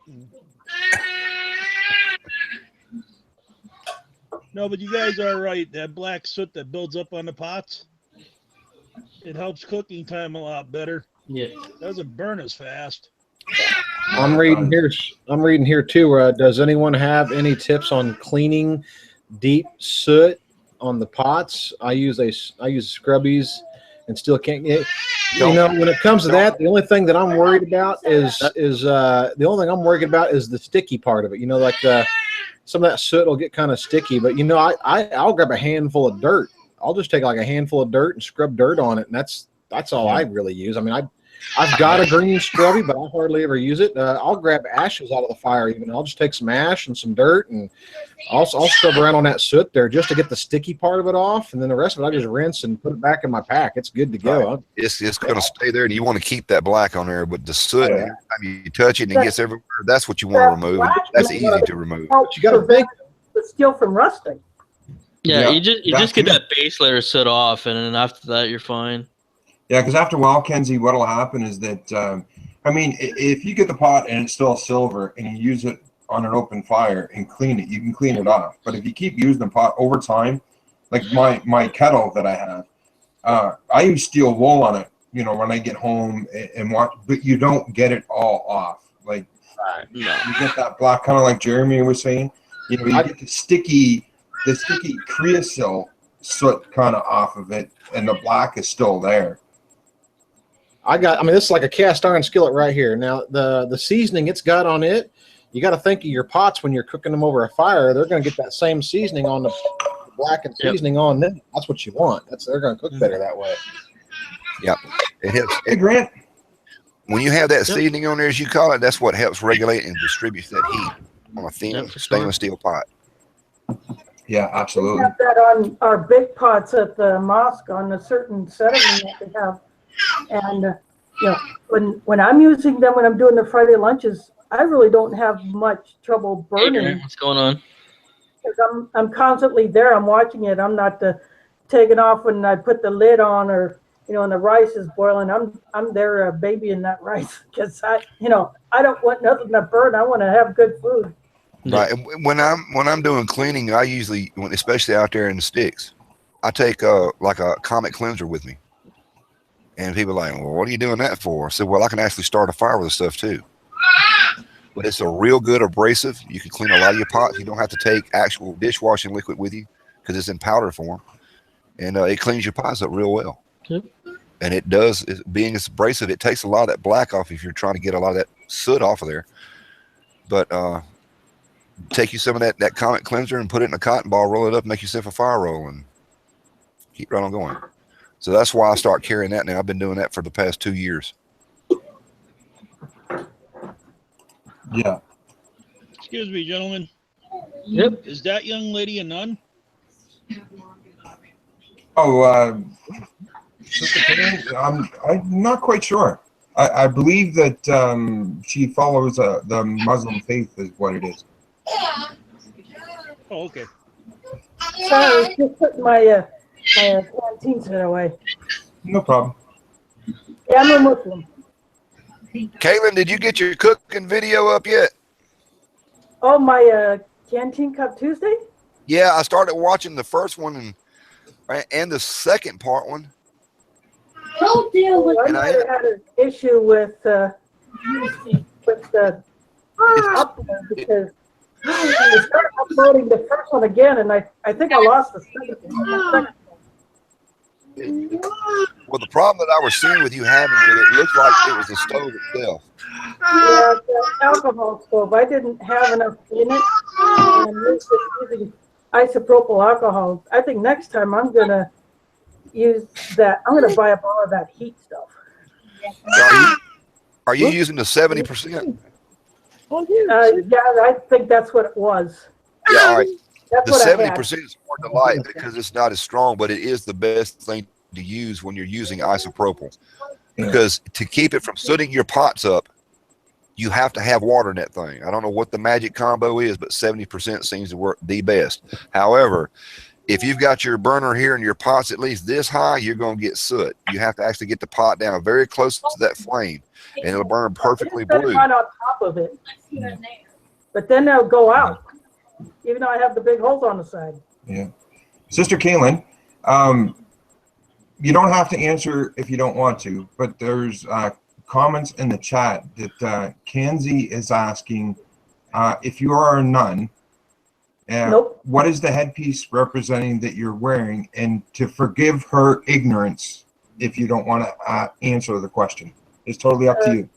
A stupid question is one that is not asked. I believe the same thing. It's called a hijab, and it's for modesty.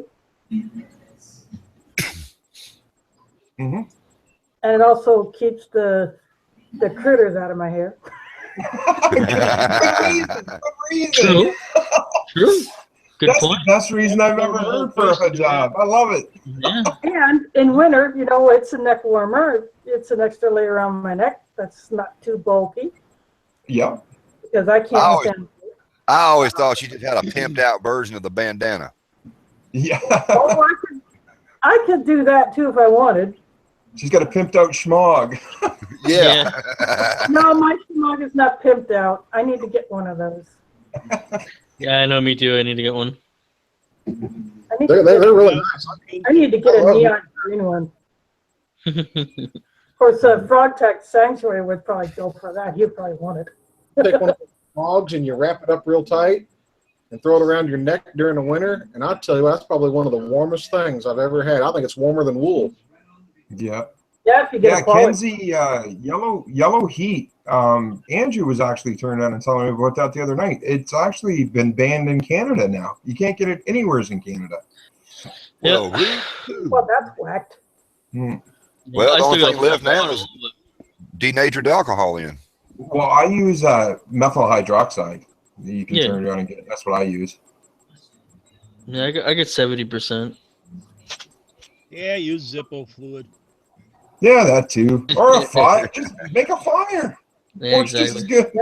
good. I'd rather My make alcohol stove is bigger than some because I didn't use a cat food can. I used a nut can that's probably twice as tall as a cat food can.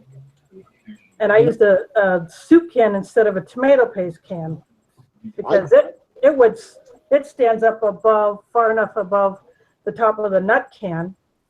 See, that's got to be why Man likes watching your cooking videos. You use cans. That's right. She goes back to the basics. Yeah. Oh, and I have that repurposed.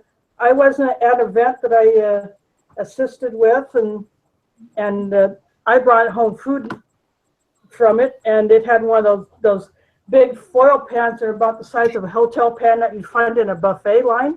Oh yeah, yeah.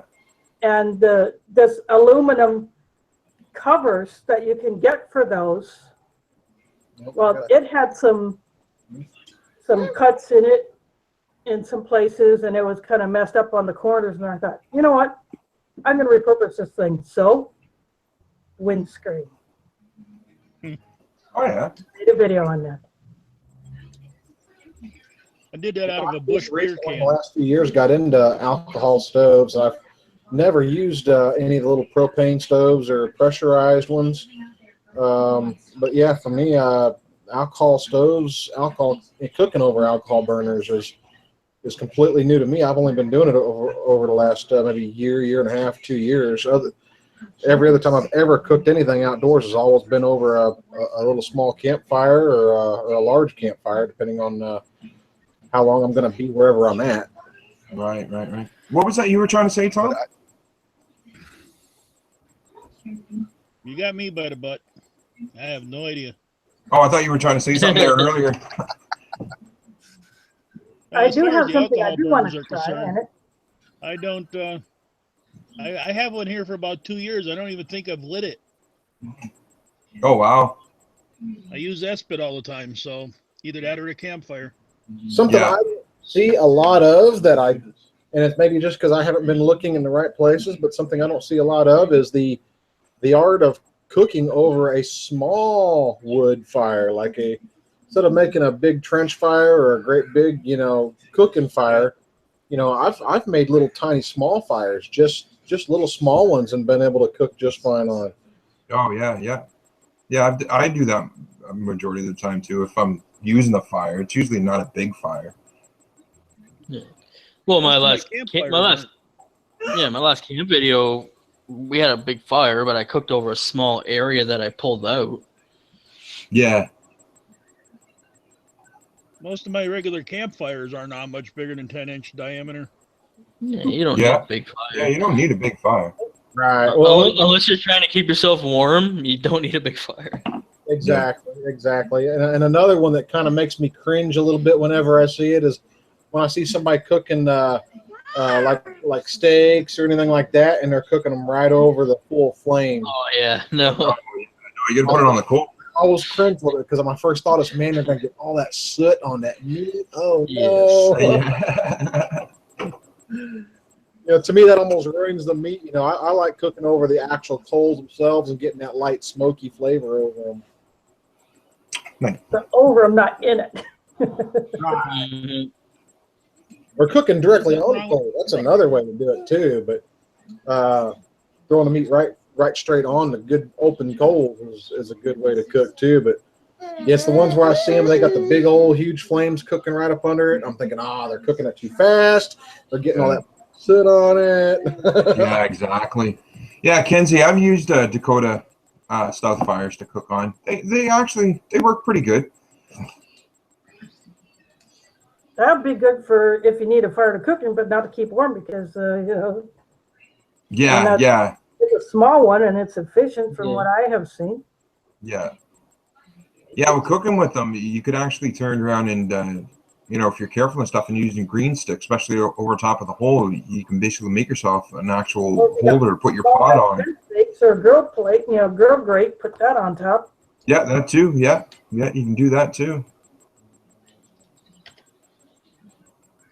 There you go, Mainland. I just I posted a link. Go check it out. That's gonna be your new Stanley pot set for you. He's on the phone. Oh, he's on the phone. Mark's still here? Yeah, he's on the phone. He's on the phone. That's a nice kit, though. Peter, you should take a look at it. It's expensive, though.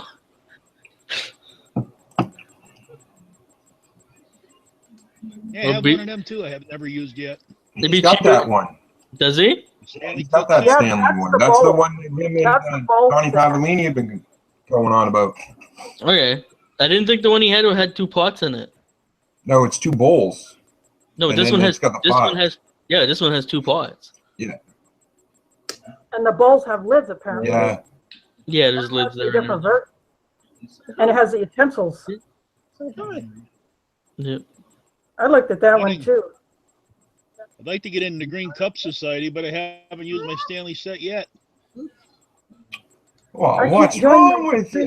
Club or Society. Society is when you put some special drink in it. You can join. Yep, and You I can will join the not Green do Cup that. Club, Kaylee. You don't have to. No, I All you got to put in it is juice or water or tea. Yeah. one problem. Just Green make a cup, video. lack of. Oh, you don't have a. Oh. Oh, okay. No, someone wants to send me one. I don't care if it's just a cup. Yeah. I Tell you hear. what, man, I you hear go over, you. you go over my channel, put your address in there. Oh, did you hear that, Kaylin? I heard something about address. That was it. Say it again, Tom. Go over to my channel, this K-Bar user, and your address. Yeah. If you didn't catch Did you that, get that? Kaylin, Did go you for get that that time, Kaylin? I heard something K-Bar? K-Bar K-Bar user, the one that's Oh, in the panel. He said to go over to his channel and send him a private message with your address, and he'll send you one. Well, I didn't realize that was K-Bar user. learn Dang. something new every day. You look so different in low light. Well, I turned into a white dog all of a sudden, so. All Dang, right. brother. All right. I was sitting there telling my wife, everybody on the panel, and I was like, well, I don't know this guy here. Oh my God! How did Ellen get in here? Who All left the right. door open? Everybody listen up. I'm only going to say this once. All you guys in chat, quit using isopropyl alcohol. why. It don't fucking crap. Don't use I beg the to heat differ. in the yellow bottle. Go and buy denatured alcohol. It is actual marine stove fuel, and this is cheaper in the long run than buying bottles of heat. That it is. That's why I use You can methyl buy this at hydroxide. Lowe's, Menards, Walmart. You can get this anywhere. Texas Little Star Sister, That's how all I you got doing? to say about alcohol stoves. There's the link, sister. Get in here. Well, this is what I figured I'd do. Next time I cook something, I'm camping with the guy, I'll just punch him in the puss, and when he gets hot enough, I'll just throw something on his face. She's rejecting it now. She ate quite a bit of it though. Steamed rice, anything, you know? Yeah, absolutely. How did I turn into a little white dog? How'd you what? I don't know. I was right next to this real cute guy with glasses and a hat on, and I turned into a white dog all of a sudden. It's like playing Monopoly. It might be a shoe. Whoops. The little white dog was me. Yeah. Well, that's How do okay I get because to on my that? screen you're in between Jeremy and Kaylin. What's that? Oh, I was just saying the K-Bar user. He's in between you and Kaylin on my screen. Oh, I see him. Yeah. I'm on a tablet, so And I can only I see see four Peter. people. So Peter, I was right next to you in the beginning of this whole thing, and I've been shoved way over to the left-hand side. No, I'm you're not still a leftist. you're still beside me on my screen. Everybody is different. Not on the external though. Oh, It's all right. keep drinking that purple stuff, Mark. You'll go right off the screen soon. Hey, yeah, I'm working on it right now. Went from beer to purple stuff. wow. You're not working tomorrow, obviously. Oh yes, I am. I got to get up and unlock the store at 7 in the morning. Oh no. He's gonna go up and look at the store at 7 o'clock in the morning, and then try to find the keys.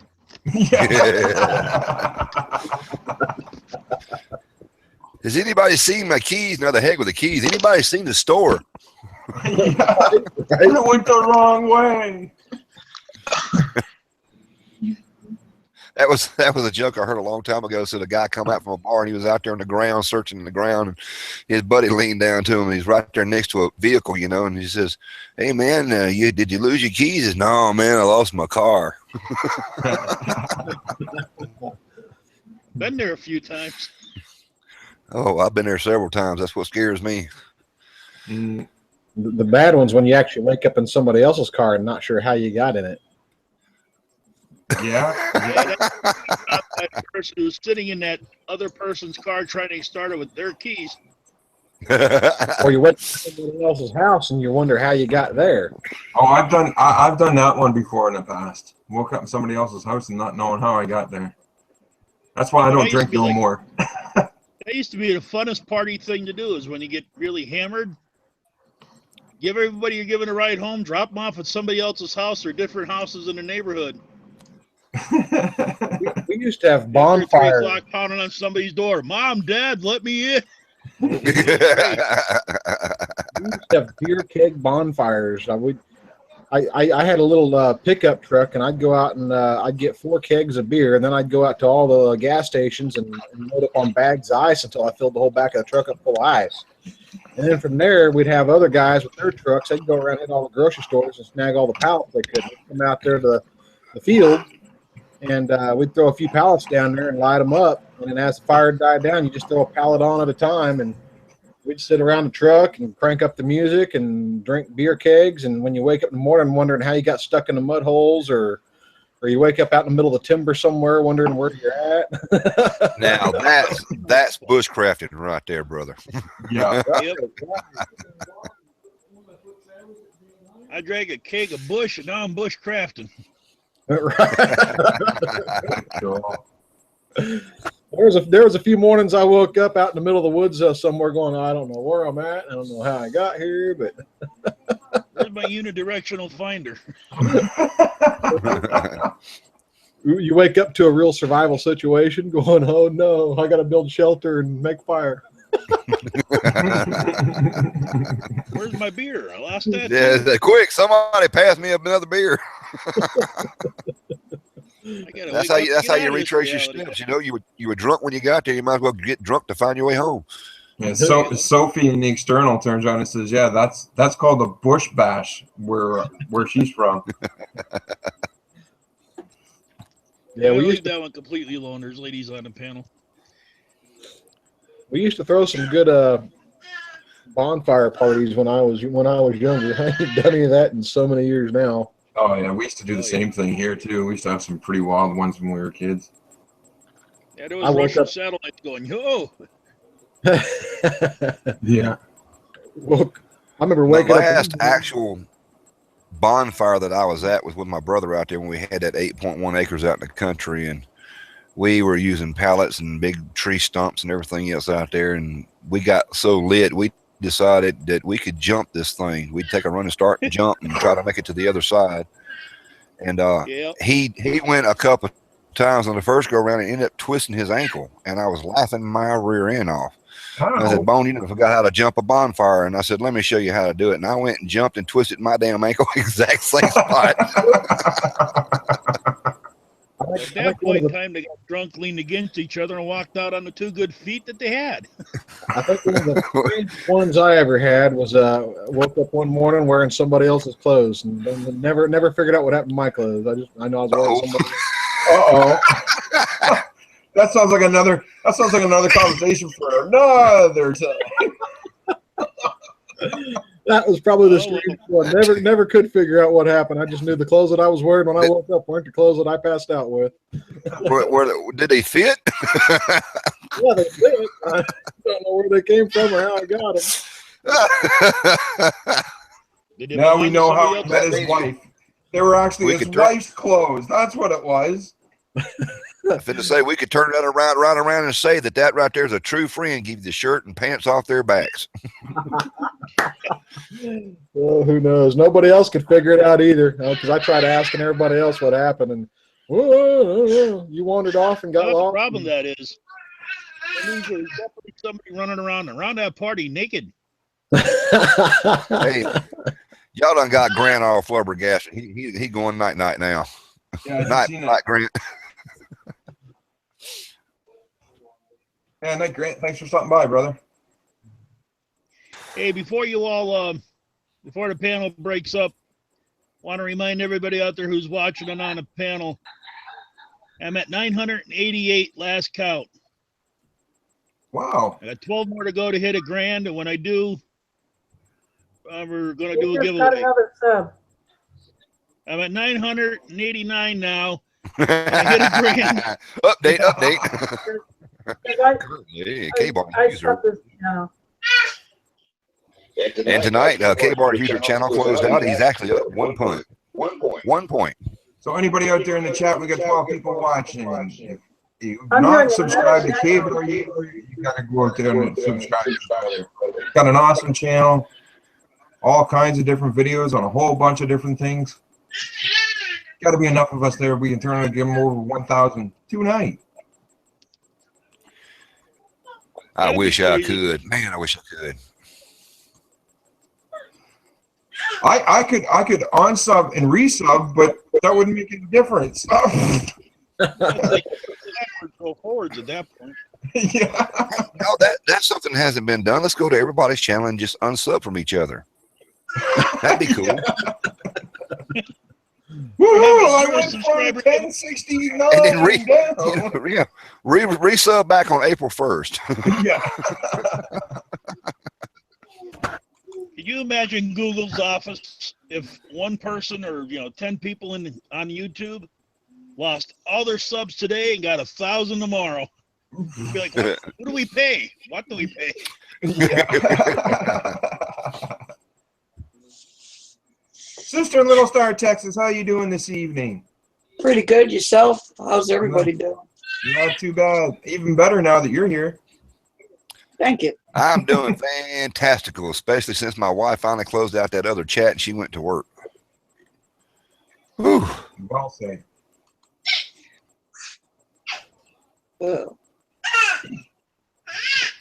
Don't mind me. I'm going to be munching on some dried cereal. Nothing wrong with that. That's the crunchies I hear. No, I haven't started yet. Oh. Don't forget your alcohol stove. Cook that cereal up first. The penny stove, I made one, and honestly, I could not get that thing to work for nothing. Me neither. I just dumped it on the ground, lit it on fire. The shooting forest fire, thing, but hey, What y'all couldn't get going? My penny stove. Oh, let me tell you, them things are a little fidgety. They are. Yeah, it takes a lot of priming. everything and anything except for the heat or denatured alcohol or whatever. All I know is that thing was driving me nuts. Way to go if you're going to go with anything like that. It's instant, ready to go. Put your pot on, start cooking immediately.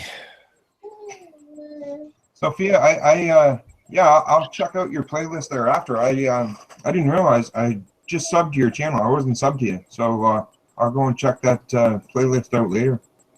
Sophia's got up there. She invites anybody to check out her playlist: bushcrafting, gardening, plant medicines, wild edibles, etc. See, Alan said previously. Sophia Delaney in the chat. Just subbed you, Sophia. Yeah, I need to do that right now while I got this page here open. I'm on this stupid tablet. I can't even see the chat.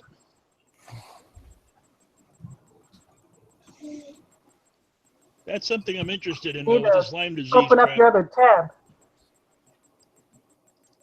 This Lyme disease stuff that I got, I've been getting a lot of people telling me about herbal medicines to cure it and whatnot. And oh, yeah. I'm going to start looking into it. I took herbalism classes for a couple of years, but then they stopped being offered here, so I couldn't do it anymore. Right. Plus, it was a bit expensive, but I sacrificed to do it. And I have 2 books. Two big books.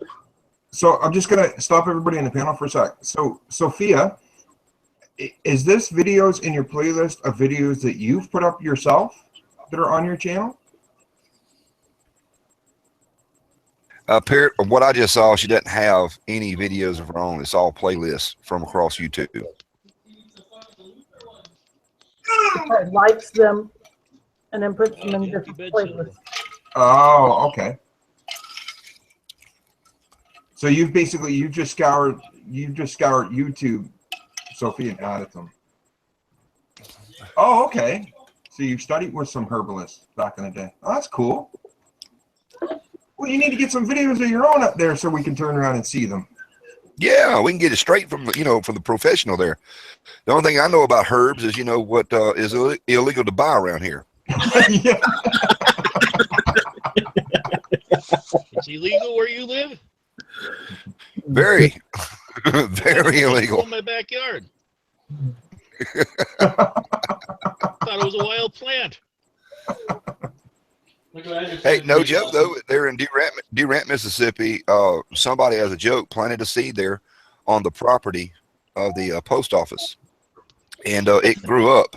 And everybody walking by saw this thing and reported it, and the local police could not do anything about that thing because it was on federal property, and they had to wait for a Fed to get there to take care of it. Okay. Wow. Yep. Sophia, to turn around and do your own videos is so simple. It's not that hard. If you ever need help or a walkthrough, shoot me a message and let me know. What do you guys use for software to edit your videos and stuff? As of now, I I don't. turned around. I use Power Director 15 that I use now. I use a professional software, but back when I first started, I just used Windows Movie Maker, and then I used the YouTube one for a while. Well, see, I don't use Linux. I mean, I don't use Microsoft or Mac. I use an operating system called Linux. Yeah. Oh yeah, Yeah. The program that I've always used for all my videos is called OpenShot, and it's free. oh yeah. You can download OpenShot. OpenShot for Windows. I think you can download it for Mac, and I use it on Linux, and it does perfectly fine for me. Oh wow. Yeah. Off the top of my head, I can't remember what mine's called.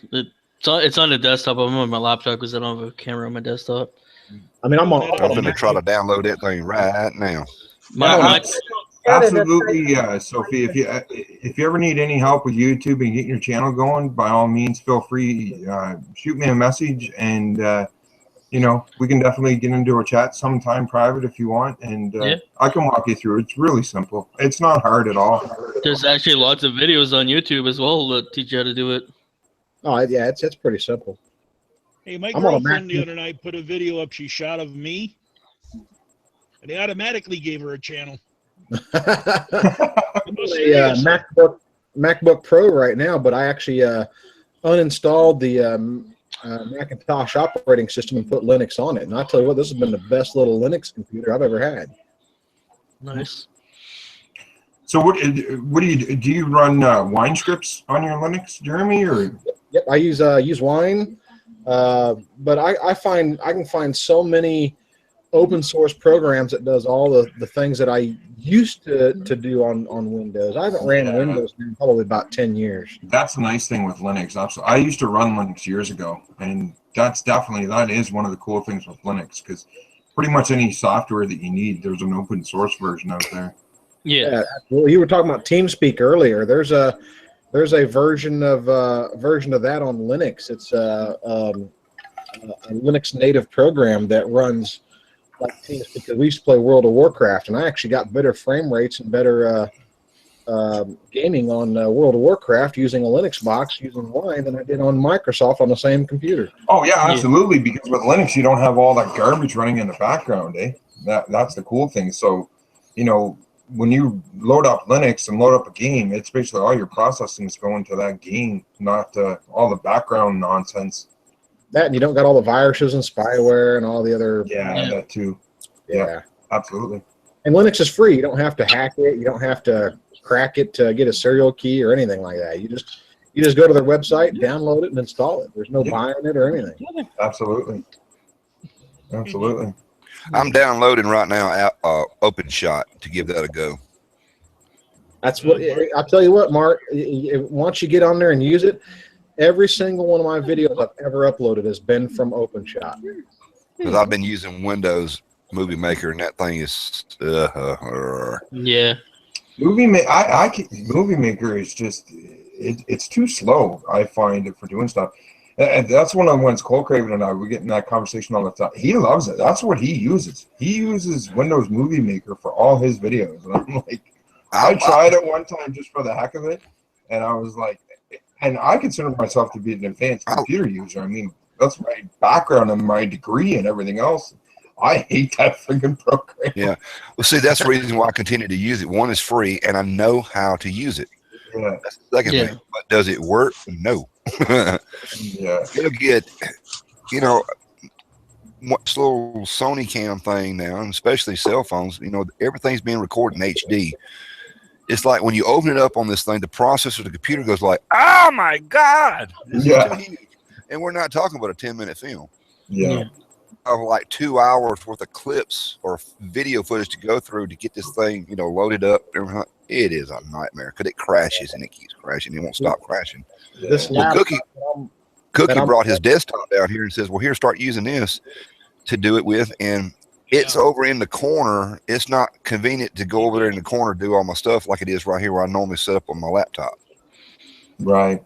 Yeah, Mark only goes in the corner when his wife gives him the dunce cap. This laptop that I'm on right now is a 2012 MacBook Pro running full-blown Linux Mint operating system in OpenShot. Kenzie's saying we're losing her with all this tech talk. She just turned around and learned how to copy and paste YouTube emotions. It's okay. She can look at the puppy. Yeah, we've all been there. Yes, and to make it simplified, when you go out there and start your fire, and you're going to do some outdoor cooking, start with a big lighter. Always start with a big lighter. And then make it simple and enjoyable. Don't go out there with this ferro rod and take you 2 to 3 hours and realize you don't know what you're doing with that right there. That's frustrating. I said my very first time with a ferro rod was like, this damn thing don't work, man. What the heck's going on? And I didn't realize at the time you got to get that black coating off. Yeah. Okay. So the second time I actually dipped in gasoline, set the whole thing on fire, and that didn't help.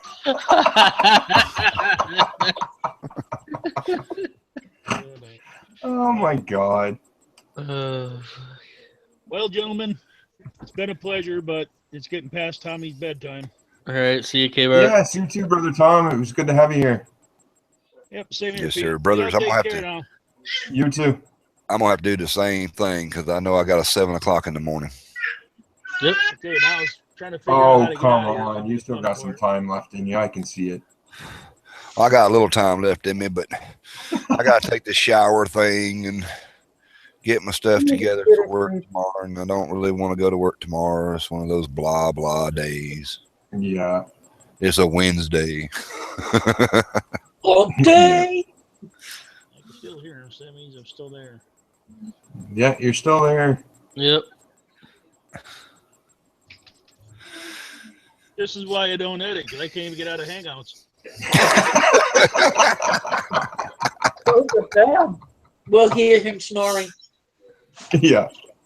Well, yeah, okay. Yeah, we still see you. If you look at the top, there's a little phone thingy. It says leave call. That's what you got to press. Oh, really? Press the phone thingy? Yep. Yeah. Yep. I didn't know that either. I thought that was a direct line to Batman and Commissioner Gordon. I'm still here. Yeah, we see you Press there. the phone thingy. Did you?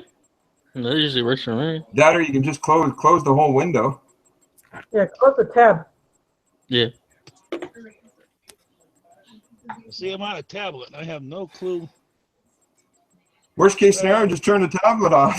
Turn it back Take the batteries out. Remove the batteries. You can't take a battery out of a tablet.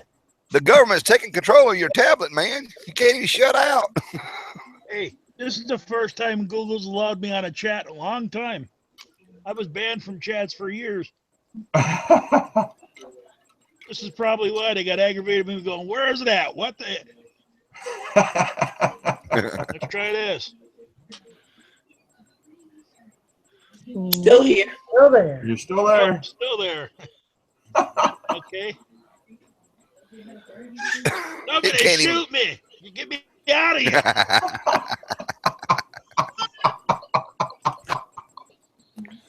I hit every button I could think of. I can eject you if you want. Oh, that's good. It would be the first time I've been thrown out. Go ahead. He's been thrown out of better bars than That's news. what you gotta do. The boot. I'll give you the boot. Okay, well, good night, everybody. Thanks. And Good night. Good night, buddy. okay, Pete, throw me out. All right. I'm finna say that didn't even work. He's on. Yeah. Peter hit the ejection seat. That hope his would have been parachute weird if works. that would not have worked. Yeah. Hopefully he put his parachute on before I did that. Absolutely. It might be a hard landing. On his way down, he's screaming, "I knew I forgot something."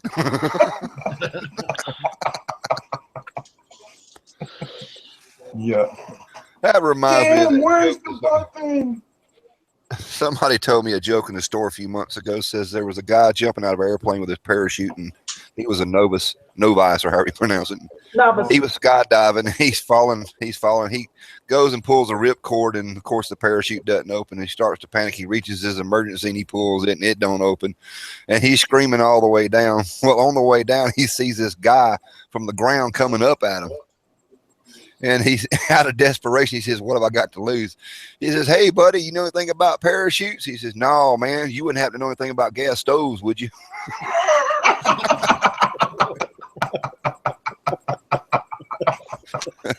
That's a good one. I remember that one. That's a good one. Yeah. Gotta save that one for next group camp that anyone may get to go on. Yeah. Caitlin, where are you at? Des Moines, Iowa. Iowa. I was Actually, trying to remember. I'm in my living room. Yeah, the truth. To be specific, she's in her living room. I've been through Des Moines so many times. I used to drive a truck cross country.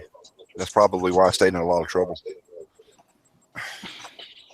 Stayed in a lot of trouble or stayed out of trouble? No, I stayed in a lot of trouble because I was bored. I actually had my wife was my co-driver, and we went across country, and I got to see the Statue of Liberty, and it was that big. It's only that big. And I was in Jersey City, New Jersey, looking at it. We actually live in Independence, Missouri, and we're within walking distance of the Harry Truman House. Wow. Oh, that'd be cool. And as a matter of fact, the Independence Police Station is also the police station that Frank James got arrested in. I can walk to that location too. Jesse James and Frank James and all that gang, they were all right here in Kansas City. Oh, wow. Yeah, because where was it you are again, Jeremy? Kansas City, Independence, Missouri. Right. I was trying to remember. Lawson is just up north of us, which is like the home birth city of the James brothers, Frank and Jesse James. Yeah. Drive north of here. Right. Well, Brian J., you're one lucky fella. I tried for almost 8 years trying to get something local when I was driving the truck, and they wouldn't do it. They just kept me out there on the road, excuses after excuses.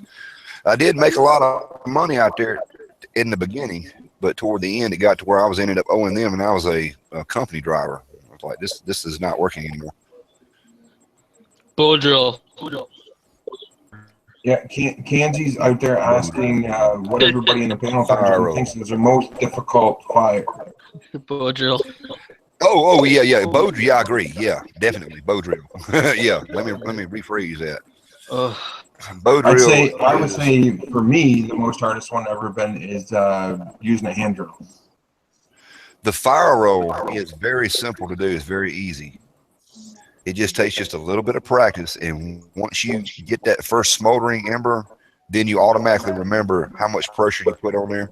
If you're going with old-fashioned cotton balls, it's going to make it just as simple as you possibly can. White ash.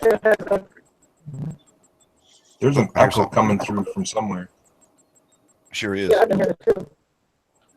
Well, see, Manland had to learn the hard way about asking people about the white ash. That's right. He was making ropes on it, and he would just cut off a piece. Everyone would light up, and he would make the whole rope. Yeah, it's Kaylin's. Yeah, Kaylin, you're breaking up, honey.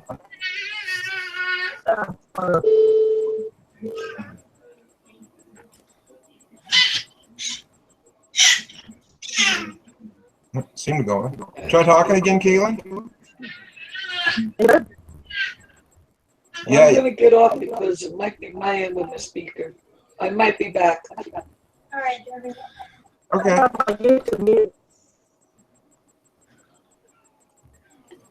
Babyland's getting mad at Daddy. He's ignoring her. Yeah. It's actually about bedtime for us. The wife's got to get up at 5 o'clock in the morning because she babysits, and I got to get ready for work tomorrow myself. I'm surprised she ain't went to jail yet. Sitting on all them babies.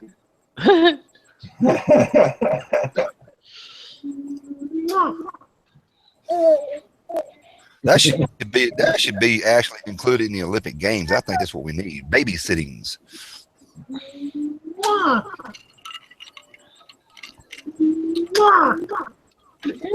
Yeah, Kenzie, that's the link for Cole Craven's Fire Room. He actually, that was a video that we mainly turned around and done his. Yep. They were trying to say, well, how can you do this out there in the bush and leave it to Cole Craven? He's like, I know how. I'll show you. Yeah. He goes out there. It wasn't Jessica X he used. It was that other knife he had. The Schrade? I think it was the 37 that he used for that one. Yeah, I think it was. Yeah. But when he did that, man, that was so inspiring. It's like, there you go. Yeah. Case closed. There it is. And yeah, he did that. I'm pretty sure. I'm just gonna go double check it right now. I think that was the one. He did that video when him and I did our pen kit camp out. I think so. Could be. Oh no, that's the one he did in his backyard. Oh, don't cry, Babyland. All right, so the one I remember seeing is when he was out there and the limb was across the front of the camera up off ground, and he chopped out a flat spot. Yeah, that was one of our campouts that we did. He did that one. Yep. Mark, we need to start singing "Babyland's Crying." Well, guys, I better jump off here. It's bedtime for all of us here. All right, see you later, All right, brother. Thanks for stopping by. Hey, no problem. I have to get on that video there of yours and check out that package and get a closer look at it again. Yeah, for sure. Like I say, definitely when I turn around and get the order's supposed to be here on Thursday, so I'm hoping if the weather's good this weekend to turn around and get out and do a video outside. If not, I'll do it here in the house. It'd probably take a long time to save up to buy a pack like that one, but I'll definitely want to look at it. It looks like it's the best of both worlds. Yeah, I think it's the best of all worlds because I want to get my hands on one like that. That way I have an excuse to give my wife the one I got from Walmart. You guys have a good night. All right, see you, Jeremy. You too. Brother Jeremy, y'all take them easy and take them care. Good night, everybody. Night, Jeremy. Night, Babyland. Where's Noble tonight? I don't know. I've got a feeling he's probably hooked up on all that other drama that's going on right now. Probably. I saw it a while ago. It was getting pretty daggum heated right before the wife went to work. And finally I just told her, I said, please just close the thing. So it's distracting me from my associations here. Yeah, that's what I did. I just left. Yeah. I knew it was going to come to a head, and that's fine. And Danny, I'm glad it finally did. Let it blow up, kind of like the Big Bang thing, and eventually everything good will come out of it, hopefully. Mm-hmm. Yeah. Everybody just needs to let it go and just stop. Yeah, absolutely. I'm not interested in it. I don't know what happened, and I don't know, but still, I even offered to apologize publicly. You're still all choppy, dear. You're breaking up there, Kaylin, again. I don't know what's going on, and I don't want to know. But in the Dark Matters chat, I even offered to apologize and take full responsibility for what happened. Yeah. Yeah. No, it's once again, it's just stuff that not to be involved in things this way. Yeah, exactly. Yeah, the way I look at it like this, it doesn't. Oh, bushcraft has got a lot to do with BS, so I just kind of stay away from that stuff.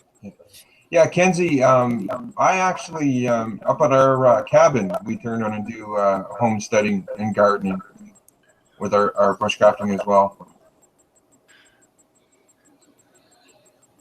Then he gets out there and he uses a shotgun that he got and starts blasting his garden away. Yeah. I ain't seen that video. Yeah. He's got Mama Bear out there. Mama Bear's like, well, let me blow something up. Yeah. Yeah.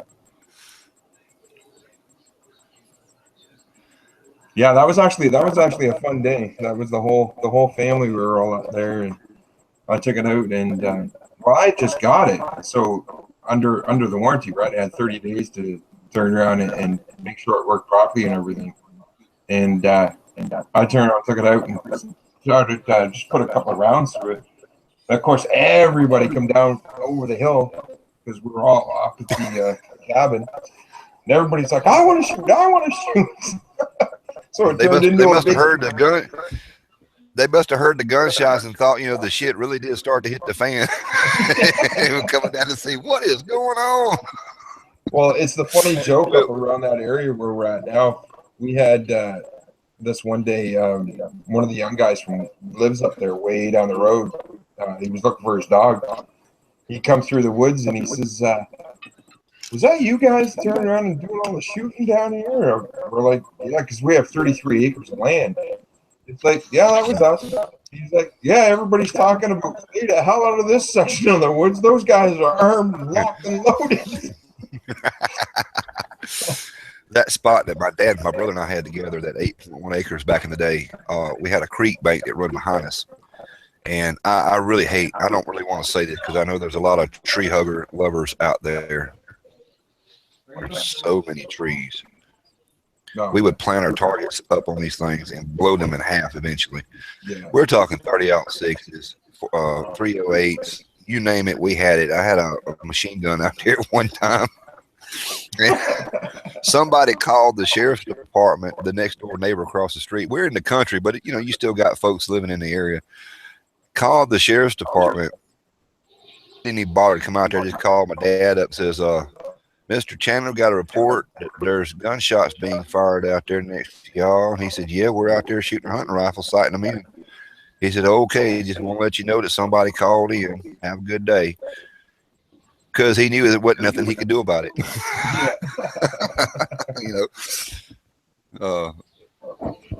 But them poor trees, my goodness, I really felt bad for them.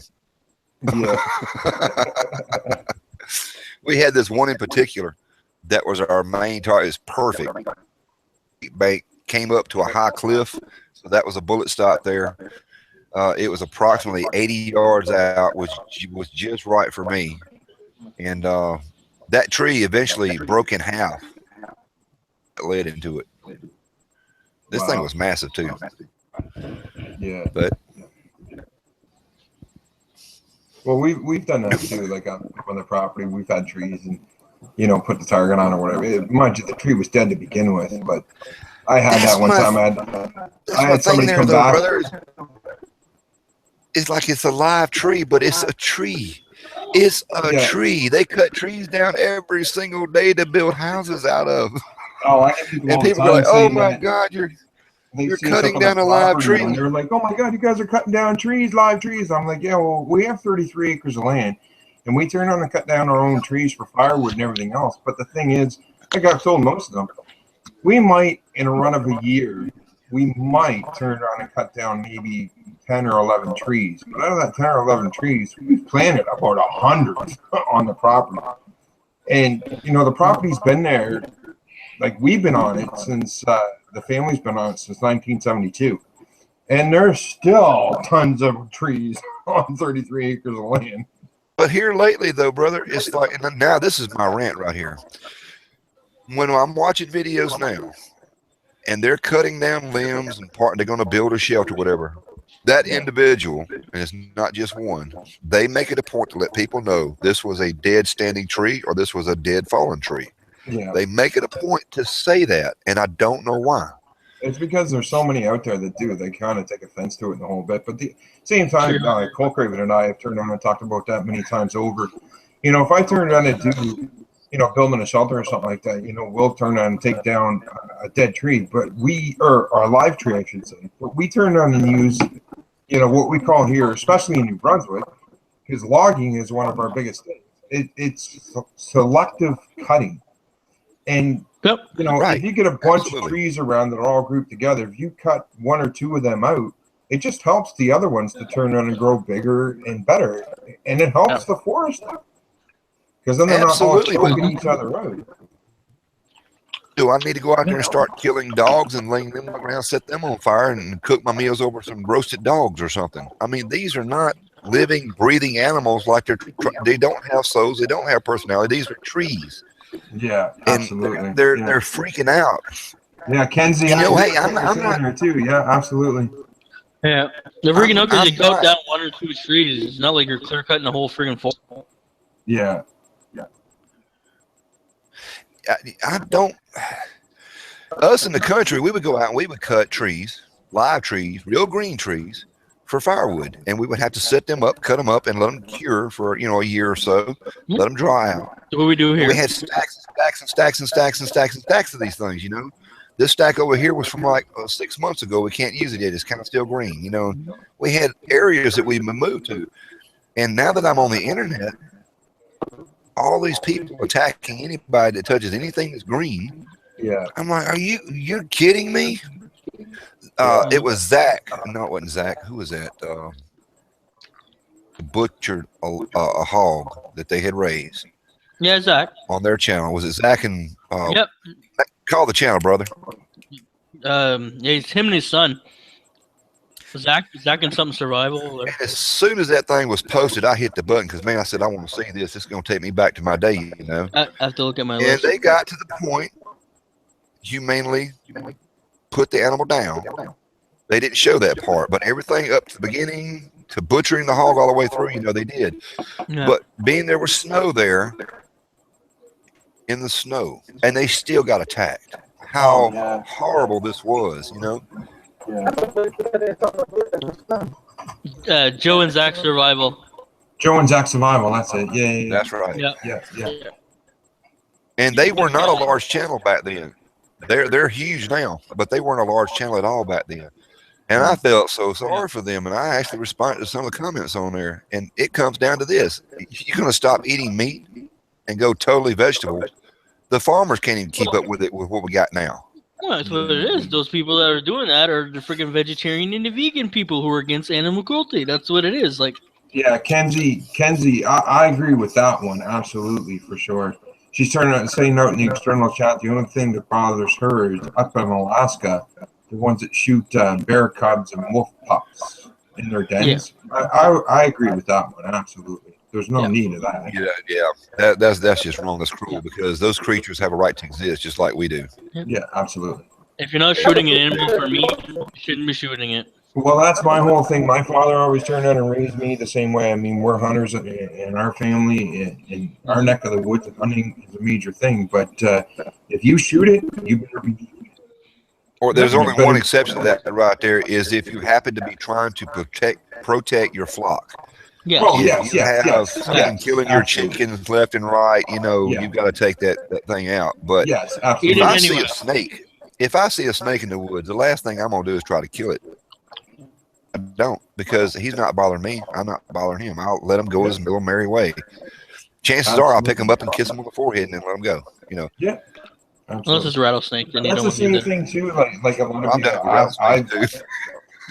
that's like I've had people turn around and laugh at me all the time and wondering what I'm doing. I've been out hunting with buddies before in the past, and you know, even as so much as a rabbit, I've turned on and taken a rabbit, and you know, I'll bend down, put my hand on it, spend a little bit of quiet time, and they're like, "What the hell are you doing, man?" I'm like, "Well, I'm thanking it, you know, for it giving its life and giving me the food that I needed, as well as I'm thanking the Lord above for turning around." That's right. And, you know.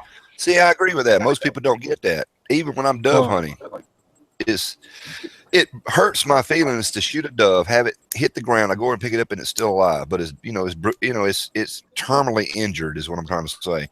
And then you have to go and to do something humane instead of shooting it again, which won't have anything left at that point, is to actually pop its head off. And of course it floats around like a chicken. And people think, oh my God, that's so freaking cruel. I'm like, no, it's not. You're ending the suffering. Because you're trying to end the suffering as much as you can, and decapitation is, from what we understand, is supposed to be the easiest, best way. However, I don't want to find out. But, but if you're going to eat meat, it's got to bleed. And for those that keep saying that, they should get out there, go to a slaughterhouse, and have to kill themselves to keep eating the McDonald's hamburgers. Oh, that's the part that bothers me a lot. That's a totally another topic, but yeah, I've had people like that. Oh, I can't believe, he's sitting in a prime example, like you said, McDonald's parking lot or whatever. And you come in, with a deer on the truck or whatever, just got out of the bush, and they're sitting there eating a burger and going on about, oh, you cruelty bastards, turn around and shooting a deer, blah, blah, blah. It's like, do you realize how that meat that you're eating turned around and got in that burger? Trust me, that deer, it was a lot more humane way. They ought to sit there and salute. They ought to salute those hunters with that deer on the hood of their vehicle, because they're not the people that went out there and shot the deer just to rob its hooves and sell it. They actually are utilizing the meat, the hide, the whole 9 yards. Oh yeah, absolutely. When I explained how, the way the Muslims slaughter animals, once they get how humane it is, then most of them usually get they get, some don't want to listen, but most understand, and it is humane. Yeah, absolutely. But it's like anything, you get those stupid retards that think they know everything, and well, now, I used to be. Kenzie's got out in the external too about what do you think of YouTubers who make videos only to promote their gear they use? They have 4 hunters shooting at one doe or bear after luring it to a kill site just to promote the newest gun on the market. Yeah, I don't think that's right either. Yeah, no. Well, but on that, as long as that deer was utilized to be eaten, I guess maybe. Yeah.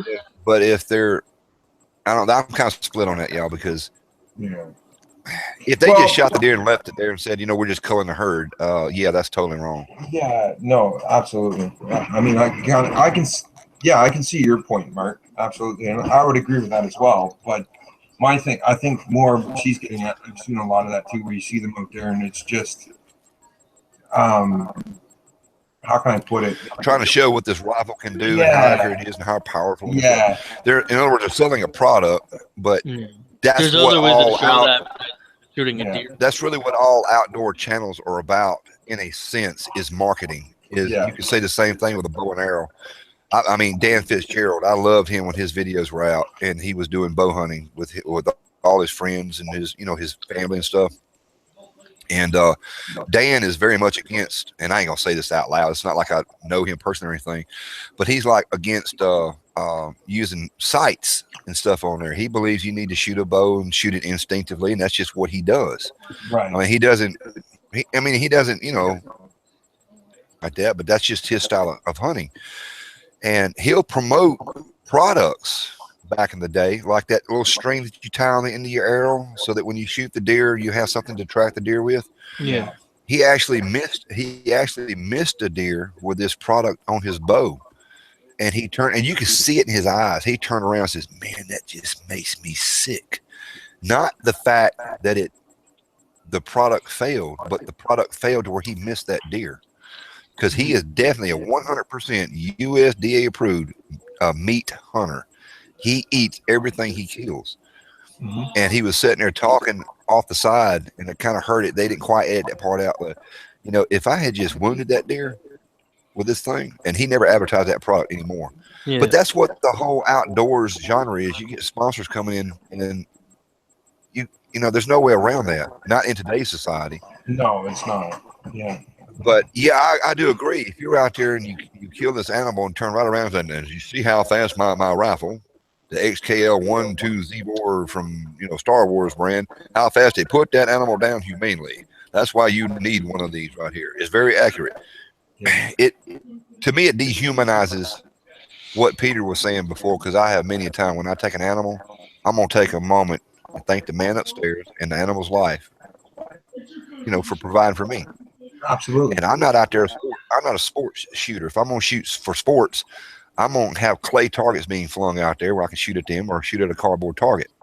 Yeah, if I'm going to shoot for Yeah. sport, I'm going to get a slingshot and just shoot Peter. Yeah. That would be a David and Goliath moment. Exactly. Yeah, absolutely. Yeah. But I'll make sure it's steel shot and not rocks. Yeah. No, that's my thing. Sports shooting to me is going to the range, or like I say, up at the cottage where we have, you know, we have the outdoor range that I made up at the cottage. That's sports shooting. You know, shooting at a paper target.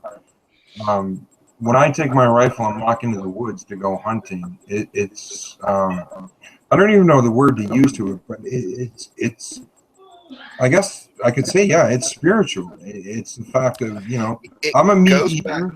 It goes back to your primal sense that you want to go out there as the caveman and you want to procure for your family meat. Yeah. Okay? And that's the thing. Nothing, absolutely nothing wrong with that. Yep. Yeah. Well, and the other thing too, for me, the reason I enjoy hunting, the big enjoyment, well, I wouldn't say enjoyment, but the reason that I choose to hunt, and I don't always get a deer every year, but the reason I deer hunt is because at least I know pretty much the area I hunt in. So I know what the deer is eating. You know, I know it's not injected with steroids and chemicals and all this other stuff like beef is in the store. It's healthier, you know, and all that kind of stuff.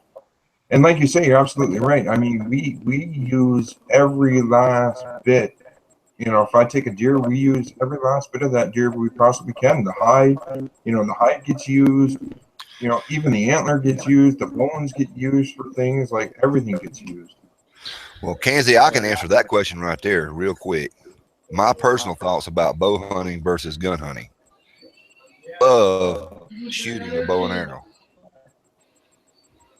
However, bow hunting out there, the deer that I hit with my bow caused them pain. They did not go down directly. It was not a clean, quick kill because you had vines, twigs, whatever out there that could deflect the arrow. It doesn't go exactly where you aim. The fact that it takes a lot of practice to be able to learn to shoot that bow to make it accurate. And you got to be a lot closer too. And now I am not knocking bow hunters at all because they're a lot better at it than me. However, if I had a choice and someone was about to end my life, they're going to shoot me with a bow and arrow versus a rifle, I'll pick the rifle any day. Yes, absolutely. I do not want to suffer. And the deer, there's been like 2 deer that I stuck that I could not find. I know that they did die, but I couldn't find them, so that was a waste. Now that's just my opinion, but I love to shoot that bow. Yeah. And I think, Kenzie, it's saying what's more honorable as a bushcrafter. I can touch that real quickly. As far as bushcrafting really has nothing to do with hunting. Yeah. And using a bow over a gun, kind of like Manlian said, being from a hunting background, really when it comes down to it, it's really, if you talk to a bow hunter and talk to like somebody who uses a bow all the time compared to a gun, most of the time, the good ones, I'll say, will tell you the reason they like the bow is because it's more of a challenge. Right. You know, to make sure that they are good enough to get a one-shot kill with a bow, which is not simple to do at all. And they have a lot more patience because they may not be like I was in my day. There's the deer, I've got my bow, and I just take the shot. They're more experienced to make sure that thing is in absolute clearing before they take that shot. That's a big difference in a true bow hunter versus me being an amateur at being a bow hunter. Yeah. So I think a true bow hunter is they're excellent people. They will not release that arrow unless they are 100% concerned, convinced they're going to get that animal. Yeah. See, Kanzi, I'm not sure which province you're in, but I know in New Brunswick, I'm not sure if it's this year or next year, you are actually going to have licenses to bow hunt now. New Brunswick, you already do. No, not for bow, crossbow. Both. No, you don't need a license to buy a bow. Yes, you do. No, No, you not to don't. buy a bow. No. Not to buy a bow. You don't need a license to buy a crossbow either. You have to have a license in order to go hunt with a bow. I know, but they were passing it, so you need a license to actually be able to buy it soon. Yeah, they're saying that because of the fact of the poundage and the use of the crossbow. Yeah. Yep. Yeah, because Peter Hebert's he teaches the hunter safeties courses and everything. He said that it's either passing it this year or next year. You're actually gonna have to have a license to actually buy bows in New Brunswick. Yeah.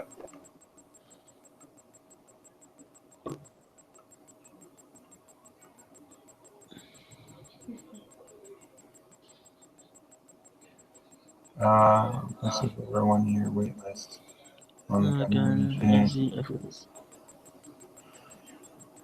Now it also the bow, like my opinion on bow versus gun too. It also depends on the situation. If I'm in a Shahid the fan situation, well, I'm probably gonna want a bow because I'm not gonna want to draw attention to myself compared to a gun. Mm-hmm. There are collapsible bows out there that are probably more expensive than your standard, but they're collapsible bows.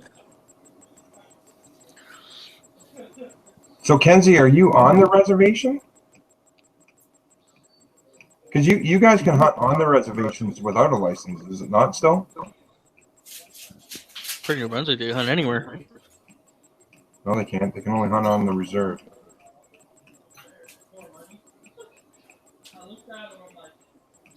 Down here in the States, if you tried, you can hunt on their own land.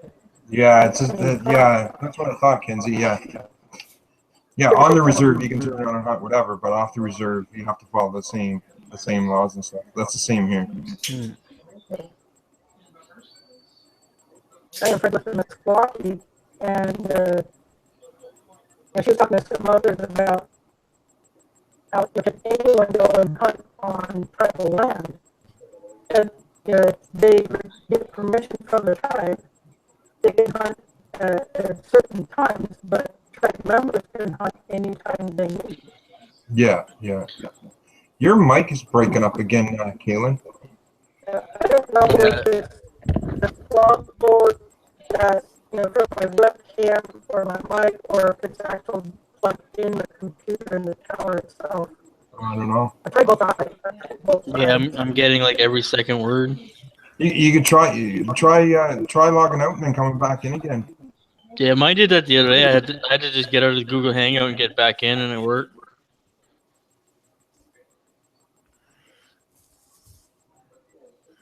BC. Sophie's in BC. Yeah.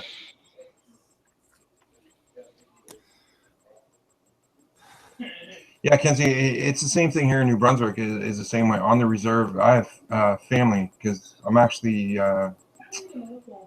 Acadian French, so my family's actually French and Micmac Indian, and I have family up on the reserve, and it's the same way. You can hunt on the reserve, but if you go off the reserve, then you have to follow the same regulations as everybody else.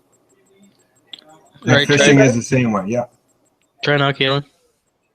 Any better? Yeah, that's a lot better, Caitlin. Yeah, it's a lot better. Oh, a giveaway. Right on.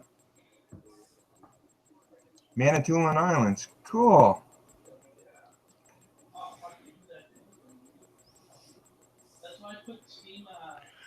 How in the world did you even learn how to spell that? Giveaway? Oh, giveaway Yes, is it was an like easy one. that could be a Ouija board for all I know. OGB. Giveaway. No, not Giveaway. Ojibwe. Ojibwe. Oh. Yes, our native ancestry in Canada have got some really weird spellings for our native tribes. Unlike you guys down in the States, you got easy ones to turn around and say. We just talk with slang, man. I'm figuring out how to spell Atuapascat. What was that, Kaylin? Atuapascat. Aptawapascat? Yeah. You know, a Chief Tree Suspense, I followed her case. So she. How come they don't? How come they don't have words like that in their spelling bee? Meeting with Harper. Yeah. I followed that case. That's like here. I had to laugh with my wife. My wife's from Toronto, and when we moved back here, because I'm from New Brunswick, and we moved back. Kenzie just said, ha ha ha ha ha ha, Manland, and then something else that I have no idea what was being said. Manitoulin Islands, a giveaway. She's putting that phonetically. I don't even know what that is. That looks like I got to put that in Google translations over here, man. Yeah, she split them up so you could pronounce them better. Oh, okay. Well, Yeah. you can put it together. It's still one long word I can't figure out. It's Manitoulin Islands. That's what it was. That's what she's trying to do. Holy moly. Okay, All right, the OJ, I can understand that. That's like OG. Okay. Yeah. Ib. Ottawapisca. Ojibwe, just take out the O. Jib. Yeah. Well, whether the O's in there or the J is out, that's something you put around a baby, right? That's called a bib. Nope. See, this is how Manland thinks, y'all. Yeah, you'd get really confused, Manland, if you ever turn on to come up here. We have all kinds of weird names. Oh God, I can only imagine your road signs in that area if you can see them. Oh yeah, you can see them, but that's the thing. They're like 13, 14 letters long, and they're all native.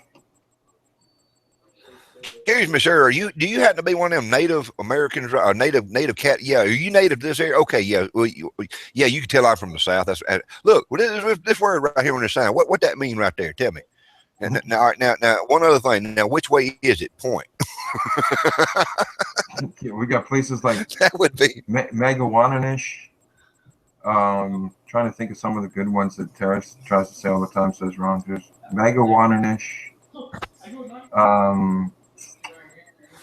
Oh, let me think of some of the other ones that are really funny. Kujbaquak. I call that one "Could you scratch my crack?" Oh yeah. Well, here in Mississippi, we've actually got a lot of towns and rivers, or I say rivers, creeks and stuff like that that's named after the American inhabitants that were here before white man came over and destroyed everything. And some of them are actually kind of funny. One's called Yalabusha. Mm-hmm. And the only reason I remember that is because my nickname was Yabu. And for some reason, Yabu and Yalabusha clicked in my head. We've got a town here just outside of state line called Buckatana. Buckatana? I have Buckatana. And the first time I saw it, I thought it said Buckatuna. Buckatuna. I'm like, what in the world? You're not bucking a And fish. we've got a town just outside of Lexington that was called, and I'm gonna have to spell it, TCHUL. I can't even spell it now. Anyway, I think it's pronounced Chula, but other people would say Takula. Okay. And it's weird because we lived in the same town and we had different people in the town calling it a different pronunciation. Mm-hmm. Yeah, Kenzie, Manitoulin Islands. Yeah, the largest, saying there, it's the largest freshwater islands in North America. The islands with the most islands within an island, and also the world record for it. Yeah, I've been to Manitoulin Islands, and it's gorgeous. I love going up the river and around the different islands. My mother-in-law used to live in Kingston, Ontario, and we used to go up all the time. Oh Lord, if I ever make it to Canada and Peter and Andrew's up there trying to give me a little tour there from time to time, and there's this mountain, right? And I said, "Oh, that's a pretty mountain. What's it called?" And Peter says, "It's called, blah blah blah blah blah blah blah." I couldn't tell you what the fuck they're called. I don't care. I know exactly. I know exactly what I would say. It doesn't matter what it's called. It's a mountain, man. Exactly. Here in Iowa, we have a town called Maquoketa, and some people will pronounce it Maquoketa, and some will say Maquoketa. Oh, okay. And there's Check a this guy. reference. Back to human beings, though. Human beings Check are this the guy, only okay? animals on this planet that will look at a mountain and give it a name. A squirrel don't care, and a deer sure don't care. They never named it. Yeah. Mountains So, move check one out- spirit. The Juice 187 just said. Yeah, that's true. Check out that link I posted. It's pine needle syrup. Ugh. Pine needle syrup, but I don't even want to look. Gross. Pine needle syrup is great for lung inflammation, bronchitis, and respiratory ailments, I guess. Mm-hmm. That would be up my alley. It's good for people with pneumonia and respiratory problems. Just rub some dirt pine on it. needle. Man. Rub some dirt on it. Pine needle syrup has a fresh, minty taste. Oh, that's a lie. That's Yeah. a lie. This is syrup. Big lie. It's different than the pine needle tea. Well, okay. I'll quarter give cup that. of quarter cup of pine needles, half a cup of water, and half a cup of cane sugar or raw honey. Oh, there so you that's go. where They they're put getting the cane big sugar in flavor. there, man. That's not part of Yeah. pine. There you go. I'm like, No, when oh, you sweet. chaga is the only thing. Yeah, chaga actually is the only thing that I've tried that to me was actually drinkable because it had really no flavor other than a little bit of a woody, earthy flavor.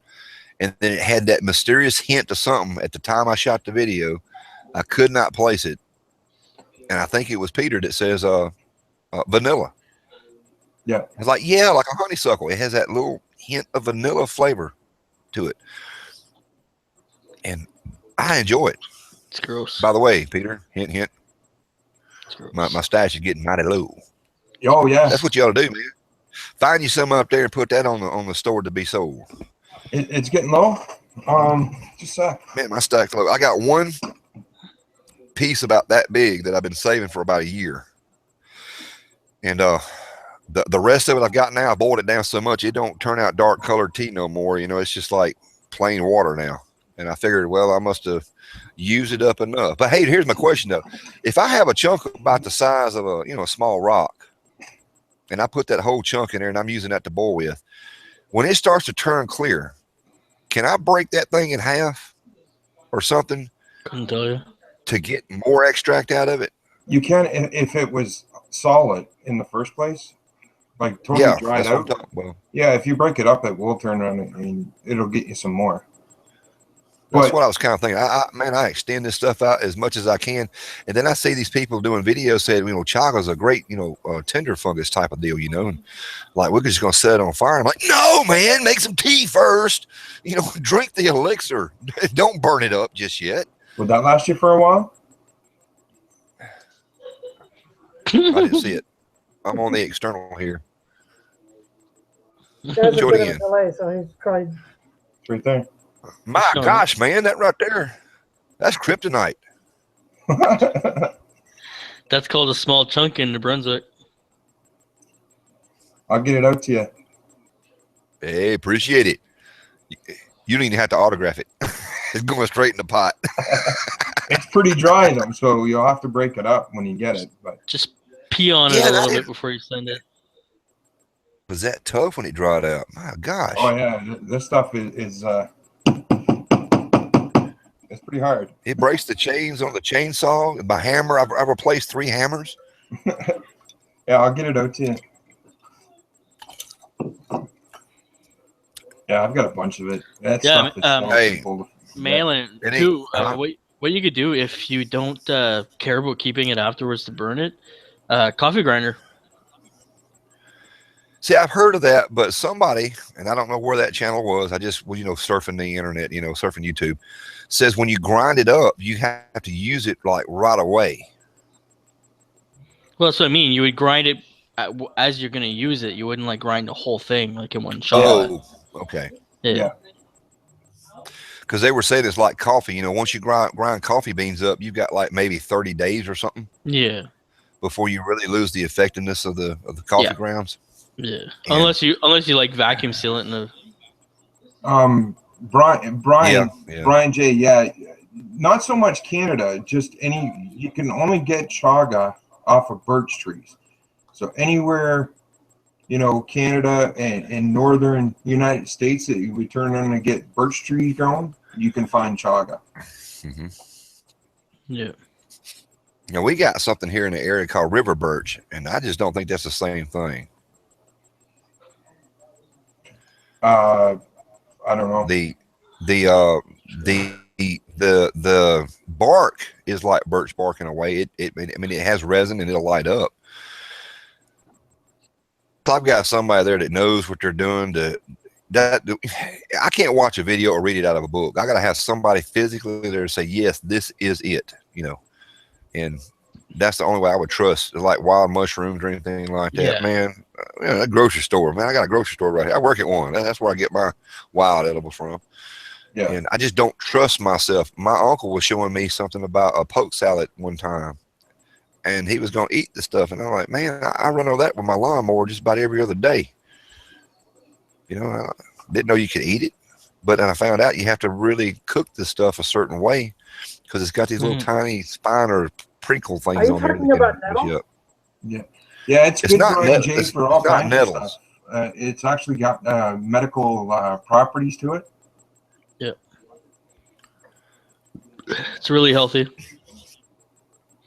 It ain't healthy. It'll mentally you'll make yourself think it is because you heard all good stuff about it. And all I know, and I've only got one testimony to this. Yeah, My it's wife healthy had for- the croup. I caught it. She had it for like a week before I actually got it.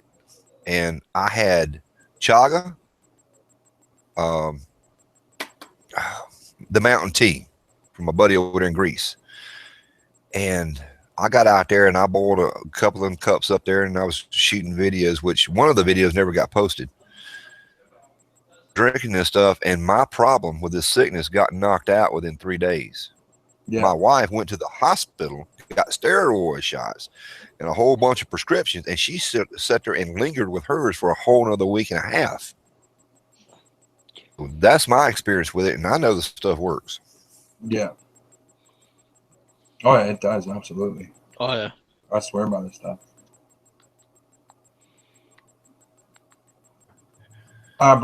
Yeah, Brian, you can turn on and buy it online for sure, but it's quite expensive.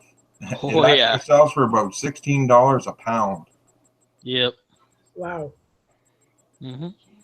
That chunk that I have here, I could easily turn around and sell that online for close to 35, 40 bucks easily. Oh yeah, for sure.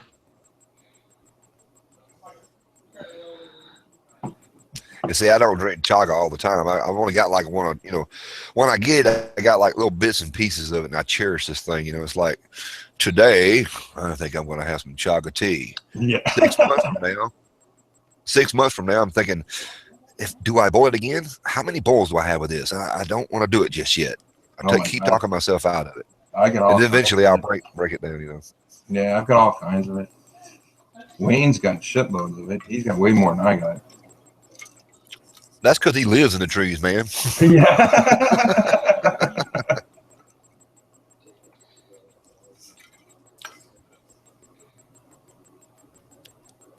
That's one thing I can't easily get at because I don't drive and I don't know where to go within a reasonable distance to find any birch trees that I would be okay to start nipping. It's gonna be birch trees near water too. I ain't never heard of Weaker root. Yeah, me neither. Yeah, me neither. Send some my way. I'll give it a try. Chaga right and do a review. Chaga do a right review now on eBay for 10 pounds of chaga is $250. Good Lord, I am running the wrong business. Backwards. Yeah. Yep, 10 pounds of chaga on eBay is $250. So $25 a pound. Yeah.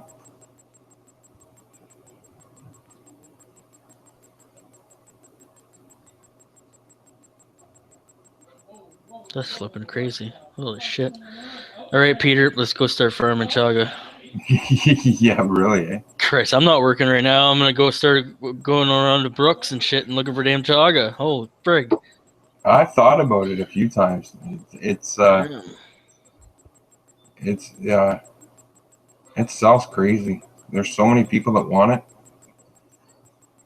Christ, both your base camps are friggin' by Brooks. Jesus, there should be tons of them.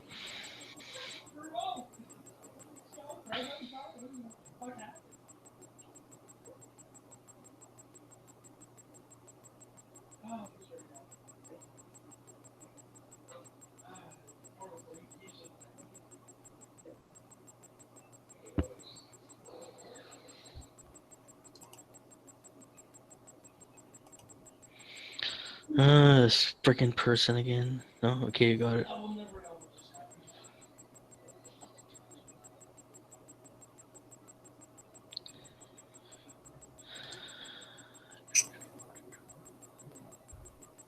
Freaking trolls.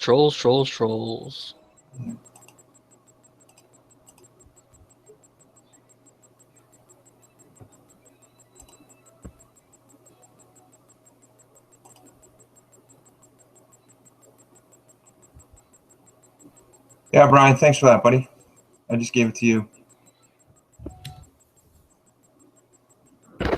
Just checking my Facebook and stuff. When I seen it, FS was already getting a hold of it. Yeah. Yeah, there's this guy too there. Yeah, Brian J. Send me a private message with your contact info, and I'll see if I can get you some down to you. Yeah, Brian J would be he would be really happy to get some of that. It's fun. It's good. Now I would recommend putting a little honey or some kind of sweetener in there because it's kind of like I don't drink tea without sugar or something in it, you know, that type of thing, and it don't quite have the flavor that tea does, of course. But plain like I did, just so you can get the initial flavor. Turn around, throw you some honey, a little lemon, or whatever you happen to like in there, just to get a little bit of flavor. The stuff's good. It really is. Mm-hmm. Flour, that's the one I can explain it. You take a handful of raw flour and throw it in your mouth, and it's like, bleh, bleh, bleh, you know. But when you mix it with stuff like you're supposed to, you eat breads and pizzas and the whole 9 yards, you know. And I think chaga is the same way. Just by itself, it's not like nasty, but it's very plain in a way. It ain't nothing like pine needle tea. No, it's I tell not. you what, I recommend everybody go out there and get them some pine needle tea and give that a try. No, don't. Turpentine and pine sol. That's what it is. Yeah, I agree. I've seen you on YouTube doing spruce needle tea instead of pine. I don't think that would be much better. That's just my opinion. I'm gonna try that though. I will try it. It is a little bit better. It might be something I can actually swallow and not just toss over my shoulder. Yeah, it doesn't taste as much like turpentine. But somebody had the nerve to comment on it. Well, you didn't steep it long enough. I'm like, if I steeped it any longer, it would have got worse. How is steeping it for another hour, 2 hours, 3 hours gonna get rid of that turpentine flavor? I mean, come on, y'all. It's already in there. You gotta boil it off. You gotta what they call that when you purify water? Yeah, distill or whatever. Yeah, you gotta distill the pine needle tea. I don't know. I don't know. It's a lot of fun. You hear about these things. You hear about these things a lot on YouTube as far as the survival mode goes. And yes, I guess it would work, but there's a reason why they don't sell this stuff in restaurants, y'all. It's nasty. The reason, I think one thing is chaga is actually, if I'm not mistaken, is sold in a lot of herbal shops. thing. I call it the Chinese herbal shots when you do the getting all these teas and herbs and stuff together to do your home remedies and such as that. I believe in that stuff. I really do. Anybody in the chat, if you're wondering why the moderators are turning around and doing what they're doing on my my live stream, once again, kind of like we were saying before, those of us that have been here for a while, we're definitely, I consider everybody in my panel family. I consider all my subscribers to be family, as well as those that are in the chat. And like kind of said before, we don't talk politics, we don't talk religion. You know, we don't get into that kind of stuff. And Or racial terms. and racial terms and stuff is something else. I don't stand for it. No. And that's why people are being banned from the chat.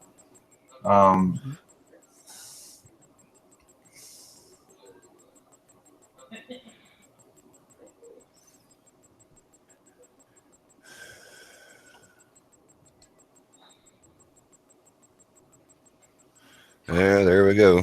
Yeah, I wonder if I can do that one. I wonder if I can do that one. Hey, I got me some practice going on here. Go ahead. Go ahead. Whoa, I hit the wrong button. Dadgummit. Let me try this one here. I just laugh. It drives me nuts that people, you know. Too late. Brian got to him before you did. Wow, man, your finger's a lot faster than mine. Well, there's a delay between what we're saying and chat, eh? So you were saying wait, and yeah. Hey. No, Kenzie, I absolutely agree. I keep it clean, keep it family orientated, and I don't. I mean, I don't care if people out there get upset or not. I am not racist. I don't have a racist bone in my body. That's why I choose not to talk politics or talk religion. You know, my thing is, if you treat me with respect, I'll treat you with the same respect. I don't care if you're white, black, yellow, green, purple, Muslim, Hindu, Christian, Catholic, Baptist, whatever. I don't care. You treat me with respect, I treat you with respect. And these people here are they're not wanting to be respectful. I mean, they come in here talking stuff like that right there. What do they expect them to do? Yeah, exactly. Oh yeah, come on in. Come on into our channel here and just insult us. Oh, we love it. Yeah, right. Yeah, exactly. Get the Nintendo gun. Yeah. No. Yeah, it's just people say, "Oh, look, live chat. I'm gonna go in and troll them." Pretty much. Say, look, there's another one right there. Look, there's two of them. Look, there you go, man. Go, Manland. There's two of them in chat right now.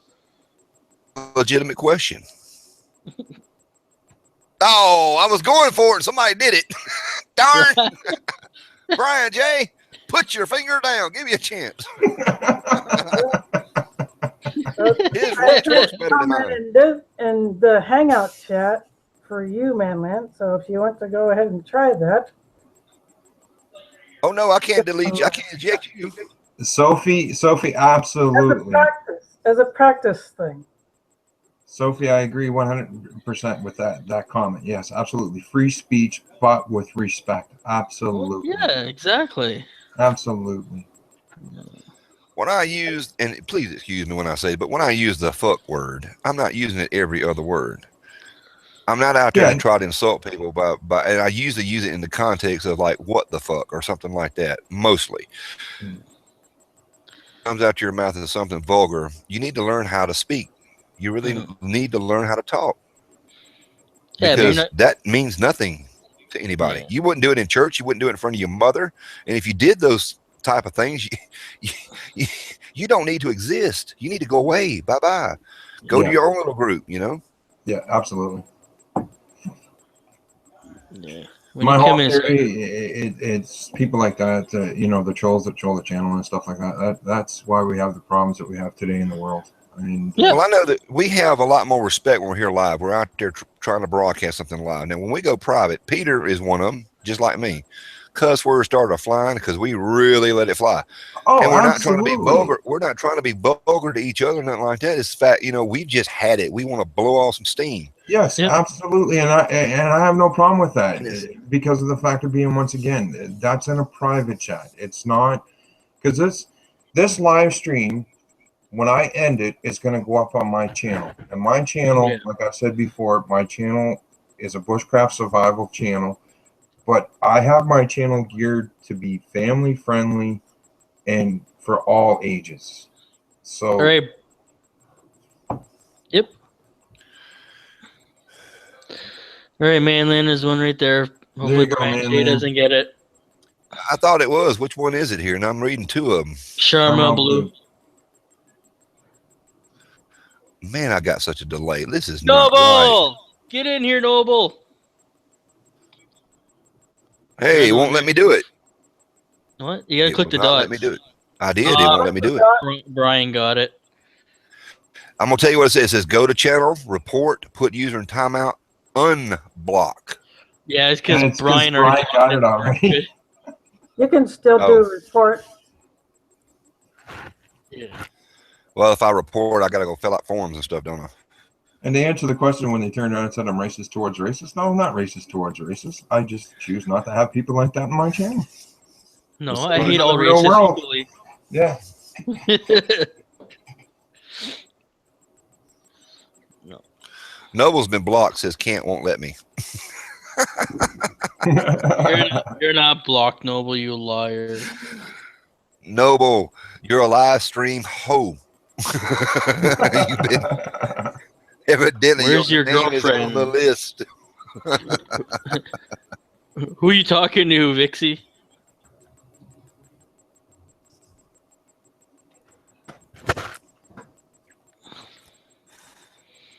Well, my girlfriend's not here. Your mom's not around.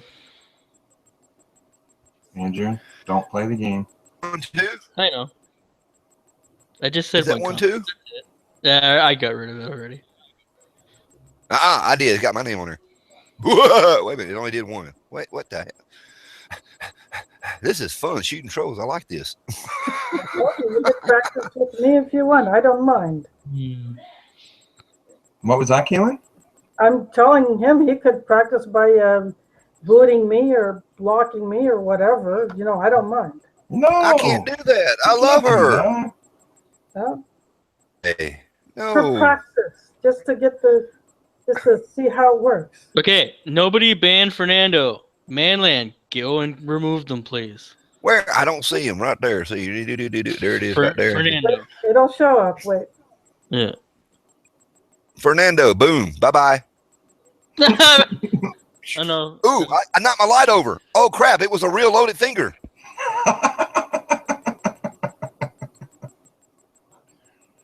Oh, what's the matter? No. Oh, Noble. Just a sec, buddy.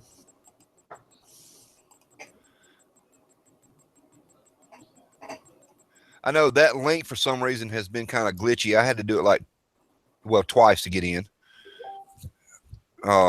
Keep trying. Noble just messaged me on Facebook for some reason. He's looking for the link. I'm going to send it to him right now. Oh, okay.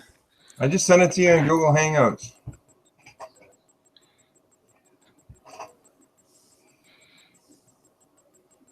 Yeah, good night to you too, Kenzie.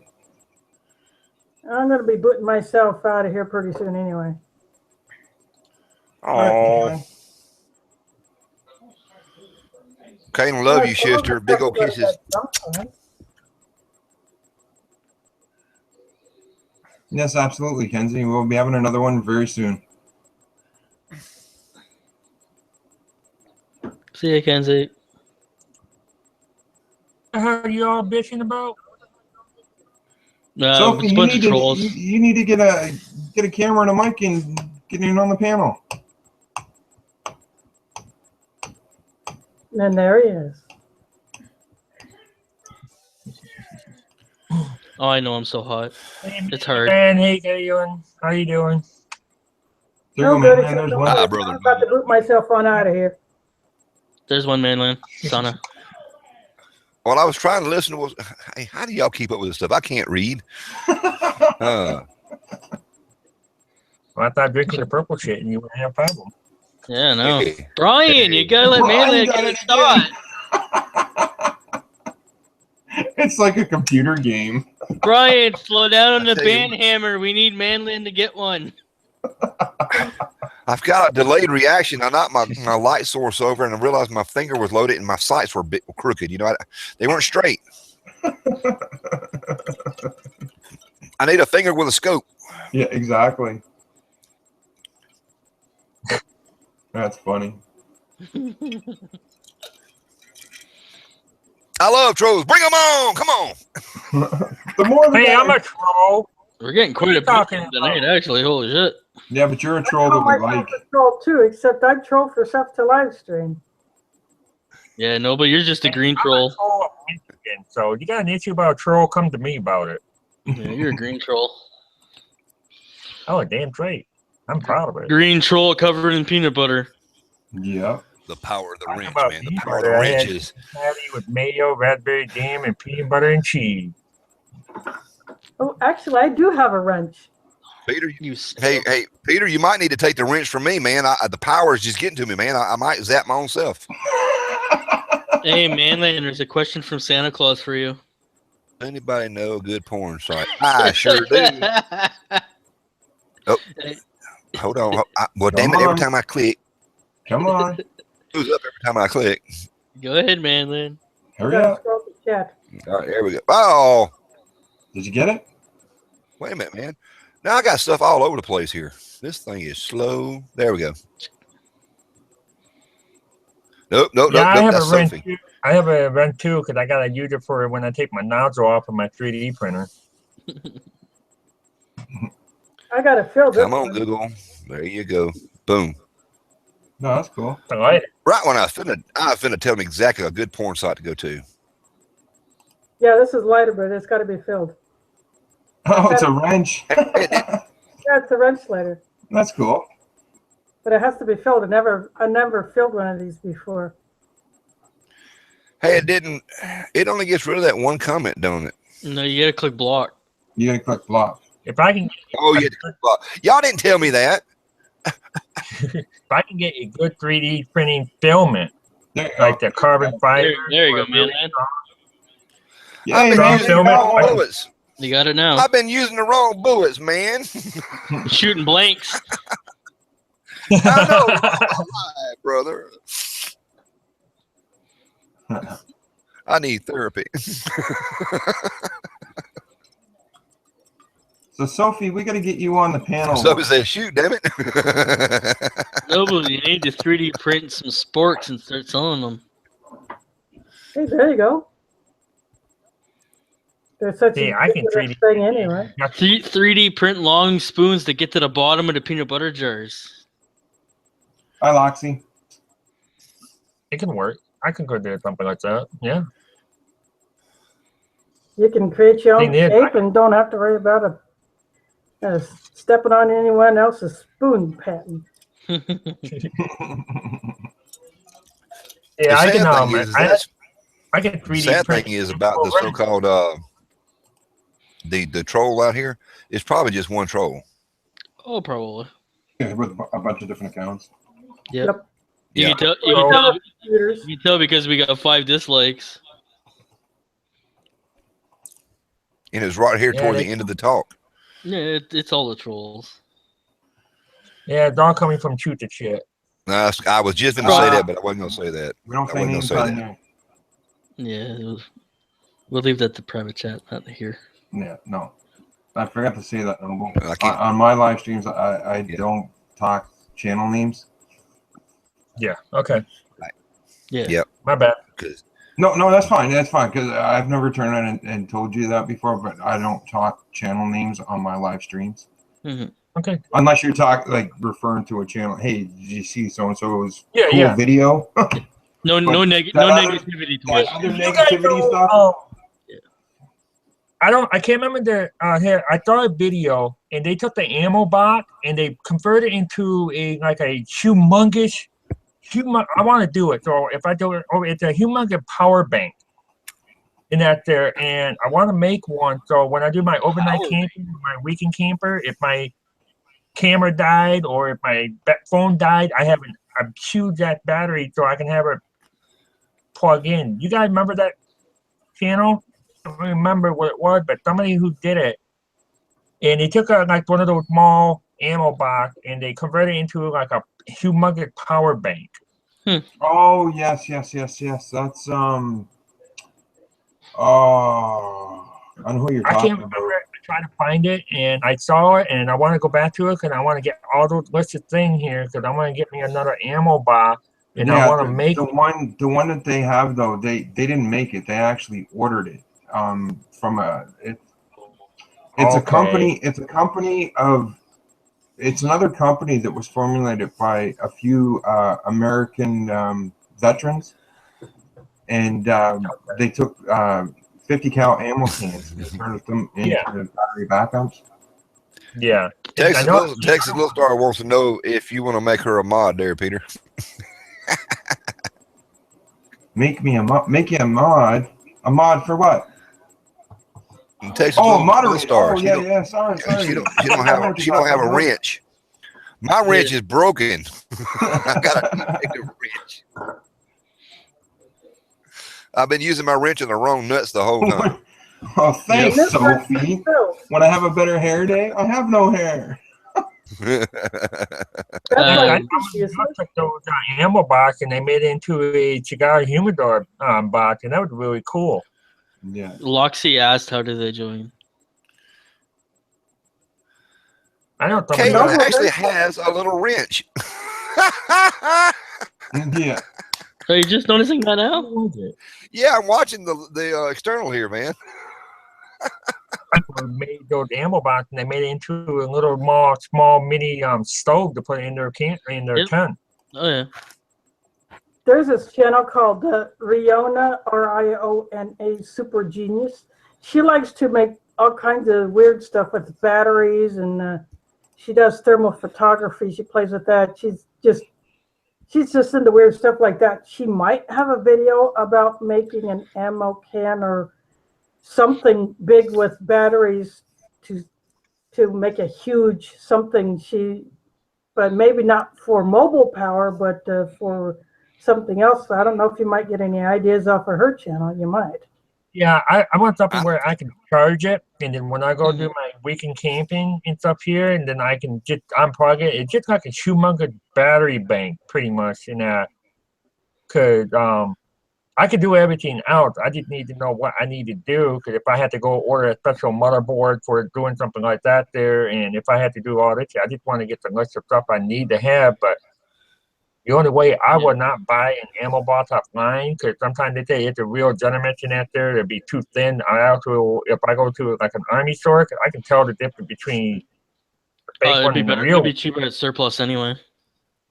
Yeah, or if I see it at a yard sale, and something like that, there, I would know because my birth dad, he had a shitload of them. He was in the service for 25 years, and I can tell the difference between the real and the fake one because how they designed it and how the thickness of the metal and how they the feel and stuff like that there. Yeah, what I want to know, Peter. Where'd he go? You might have got booted. Or frozen. Fuck niggers.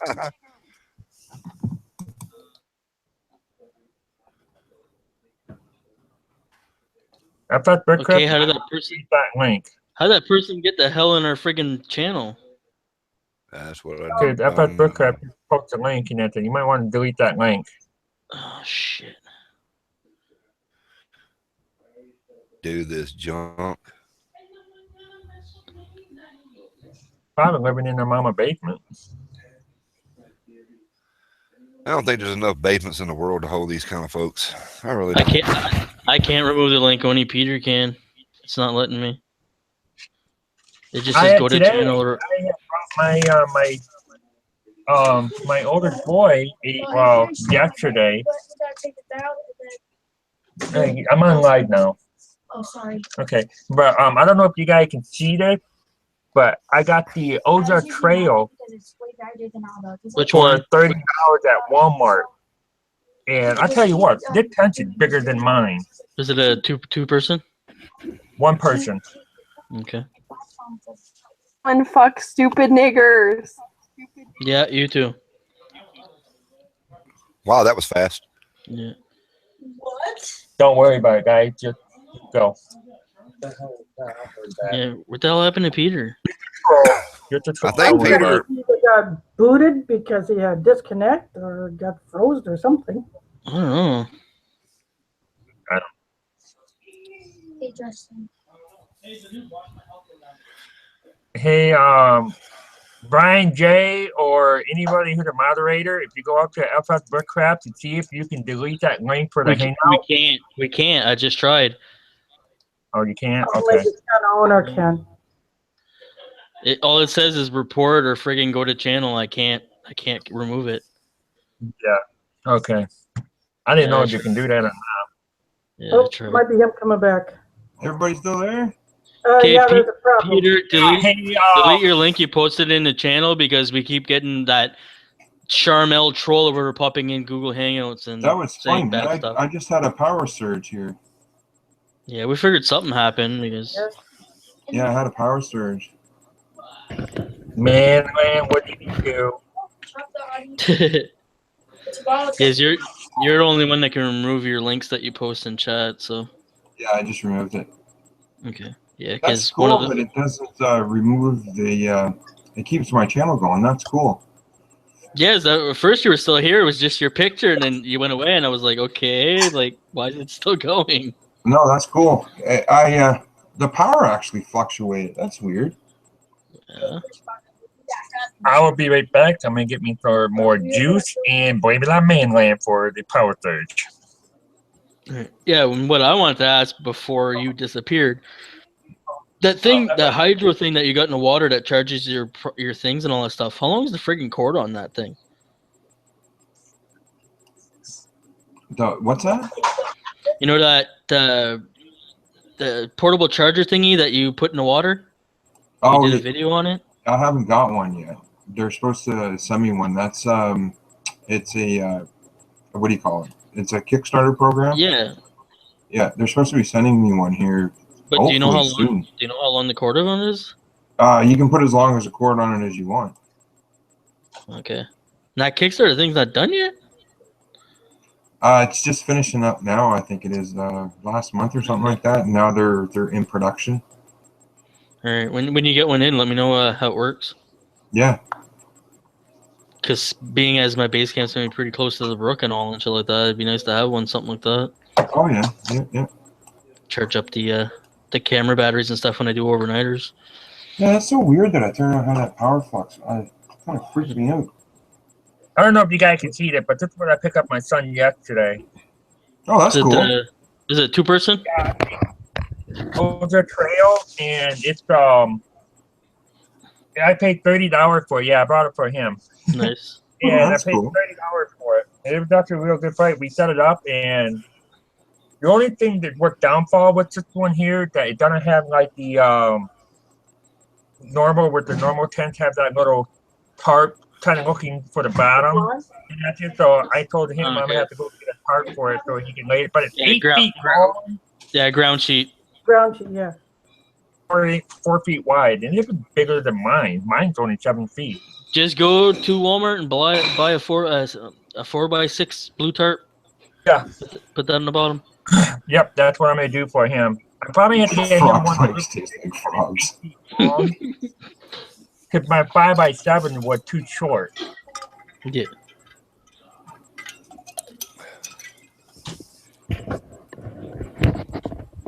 Hey. Oh God, what's he doing? Going to get some frog legs? Probably. Either that You're probably gonna have stuff. another power surge. Yeah. He said he's gonna try to get me some good crawfish and all that for when we go down. Oh yeah. We can get that about here too. Yeah, I know, but it's not as good down there. It's fresh down there. Stuff we get around here is all frozen. Supposedly, I've heard from family members down that way that the ones like they get down there in Mississippi in the south and stuff, the big crawfish, taste very similar to our lobster or crab. Yeah, I know. I want to try it. Hi, Mr. Manland. It was either that or shrimp and grits, and he despises shrimp and grits. So I said, well, let's have some crawfish then. Mrs. Manland 121. Here in Des Moines, there's a restaurant here, a seafood restaurant that only orders in fresh Louisiana crawfish Nice. like one day a year, and people have to pre-order, and that is what the restaurant orders for only those people who pre-order, in addition to what they're going to serve in the restaurant, and then that's it. If you miss that pre-order period, you are up a creek without a boat. Wow. You see that, Mert? You got your better halves out there in the chat now. She sure is. She's checking up on me. I gotta go. Mark's gonna go do some mud bugging before we go down. All right. Yeah. I heard love that. mud bugs, man. Now, Mark, you've had lobster? I'm assuming, right? Absolutely. Now, I've had family members from down there turn around and say that the good crawfish that you guys get down there is very similar to our lobster or crab. Better than lobster. They are a lot better. And the reason why I say that, lobster is thick, chewy, or tender like the mud bugs are. Oh, really? Mud bugs, they don't taste anything like shrimp, but it's similar in the consistency. The texture is almost the same. Almost the same. Okay. But the flavor is not the same. No. Even if you were to boil it in the crab oil, the crab oil, it masks a lot of the flavor when you're cooking crab oil. But the three lobsters I had, I wasn't impressed. I spent a lot of money on them things. I'm like, this is the toughest shrimp I've ever had in my life. Oh, you haven't had good lobster. Yeah, there's a lobster around here. Yeah, you haven't had good Atlantic lobster. Yeah. I'm not saying I won't eat it, because if I get a chance to eat it, I'll continue to eat it. But it wasn't that impressive as far as what the money was concerned. Yeah. If you want a cheap alternative, you're going to go with mud bugs, and you will have a blast. Yeah. And it's a lot more of a pain in the rear, because that's a lot of, cracking and peeling to get that little piece of meat out. But it's all worth it. That's half the fun. Can't wait to try it. Sitting around a table with a bunch of folks, and you're cracking these things and just sitting there talking and just having a ball. Well, I know people that don't like boiled peanuts.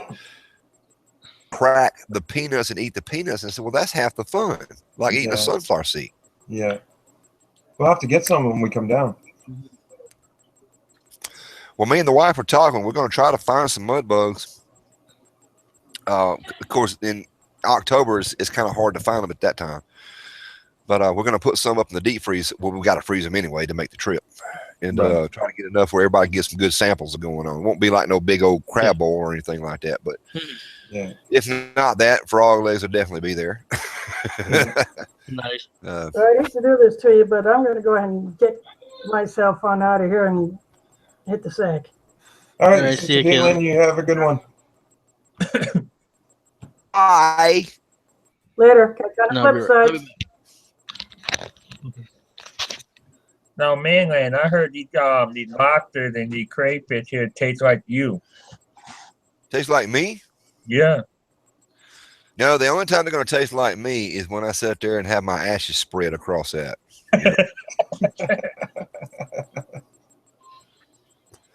Yeah.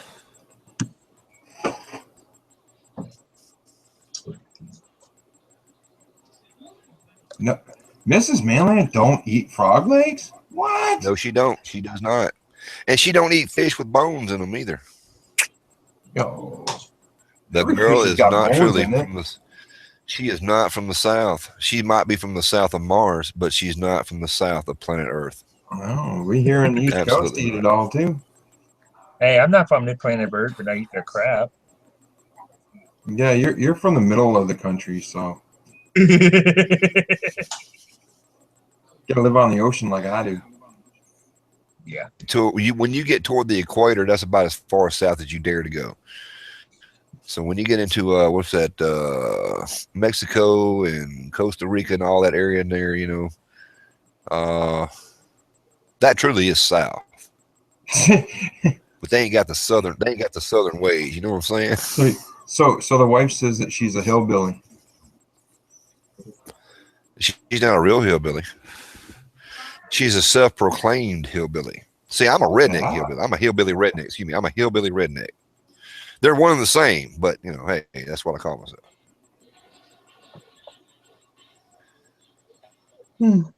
Yeah, I would say more redneck, not hillbilly. Well, actually, hillbillies are technically supposed to be rednecks, from what I understand, according to a documentary I saw. I beg to differ. Yeah, I me beg too. to differ. Yeah, 'cause we have both terms up here, and a redneck and a hillbilly is 2 different things. Yep, for sure. Here in Michigan, we got a combination of a lot of redneck, and a lot of people hate that. It don't matter what you turn around and think. Right. That's right. You Rudy Poo. Kangaroo. Now, here, if I were to come into Muskegon, I know I would get so many hatred because I just had a German flag sticker. I did on my other vehicle. I had a German flag sticker, and I got so many hate about that. I'm like, it's just a German flag. It means nothing. Yeah. Swastika, as they call it. So it's just Kentucky Hillbilly Bluegrass Jacobs, Kentucky. Tell your That's a lot brother of words. more quiet, Andrew. I'm not sure that. Hey, y'all, I'm not sure that is. I can hear your brother in the background. She don't know how to say all them words at one time. Holy shit! I can barely hear him. I heard him. Yeah. What did he say? I ain't repeating what he said.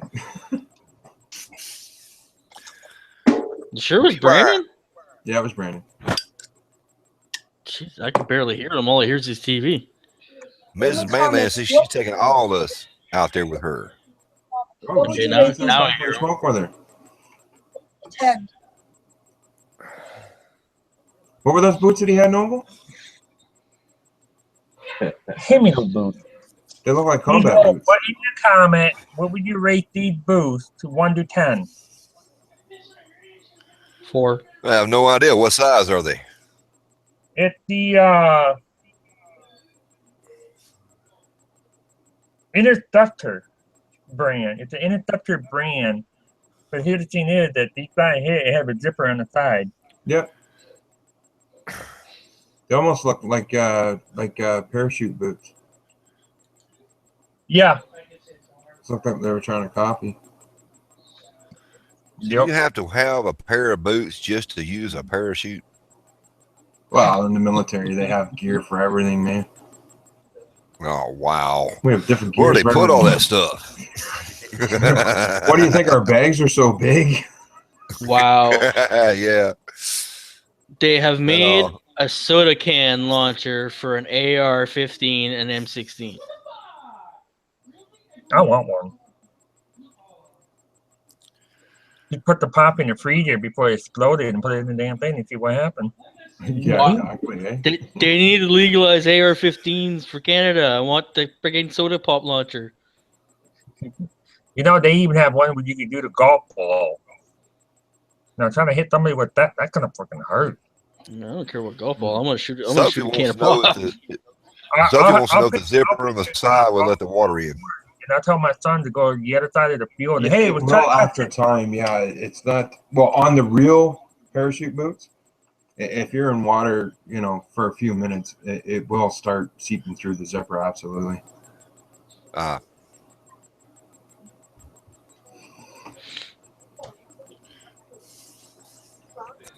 Yeah, he just got this boost here at Walmart. Yeah, they have another one I want. I don't want to get the zipper up one, but it's easier for him to get in and out. Because he tried on my jungle boots one time, and he had a hard time getting his foot in there.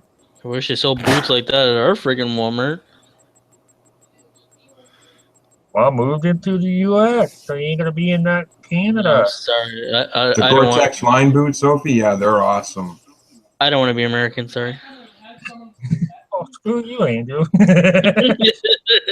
proud to be an American, soon to be a Canadian myself. I heard, Yeah, come on up Mr. President of the Green Cup. I'll get dual citizenship, but what I read and I heard it somewhere, I don't know if it's true or not, it's possibility the January Adventure Cup maybe be a discontinued item. That's what I heard too, man. I've still not got over that, man. I'm getting twitches now. This is unfair. Yeah, Well, Gore-Tex is awesome, Sophie. Like me and FS said, we're gonna drive all the way down through the United States, and we're gonna stop at every Walmart and pick up all the Stanley Cook kits. The ones that are left. Yeah. And there's only 3 left on my shelf, and I'm thinking of going and get me another one just in case.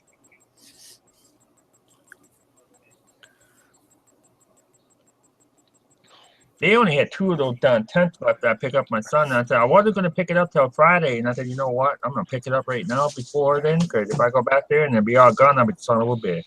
I've already turned on and said that if I get down to Mississippi, there's one day that Bart and I are going shopping. Fuck you guys. Fuck niggers. You're all dumb, stupid, racist, retarded, southern cunts. You should kill yourself.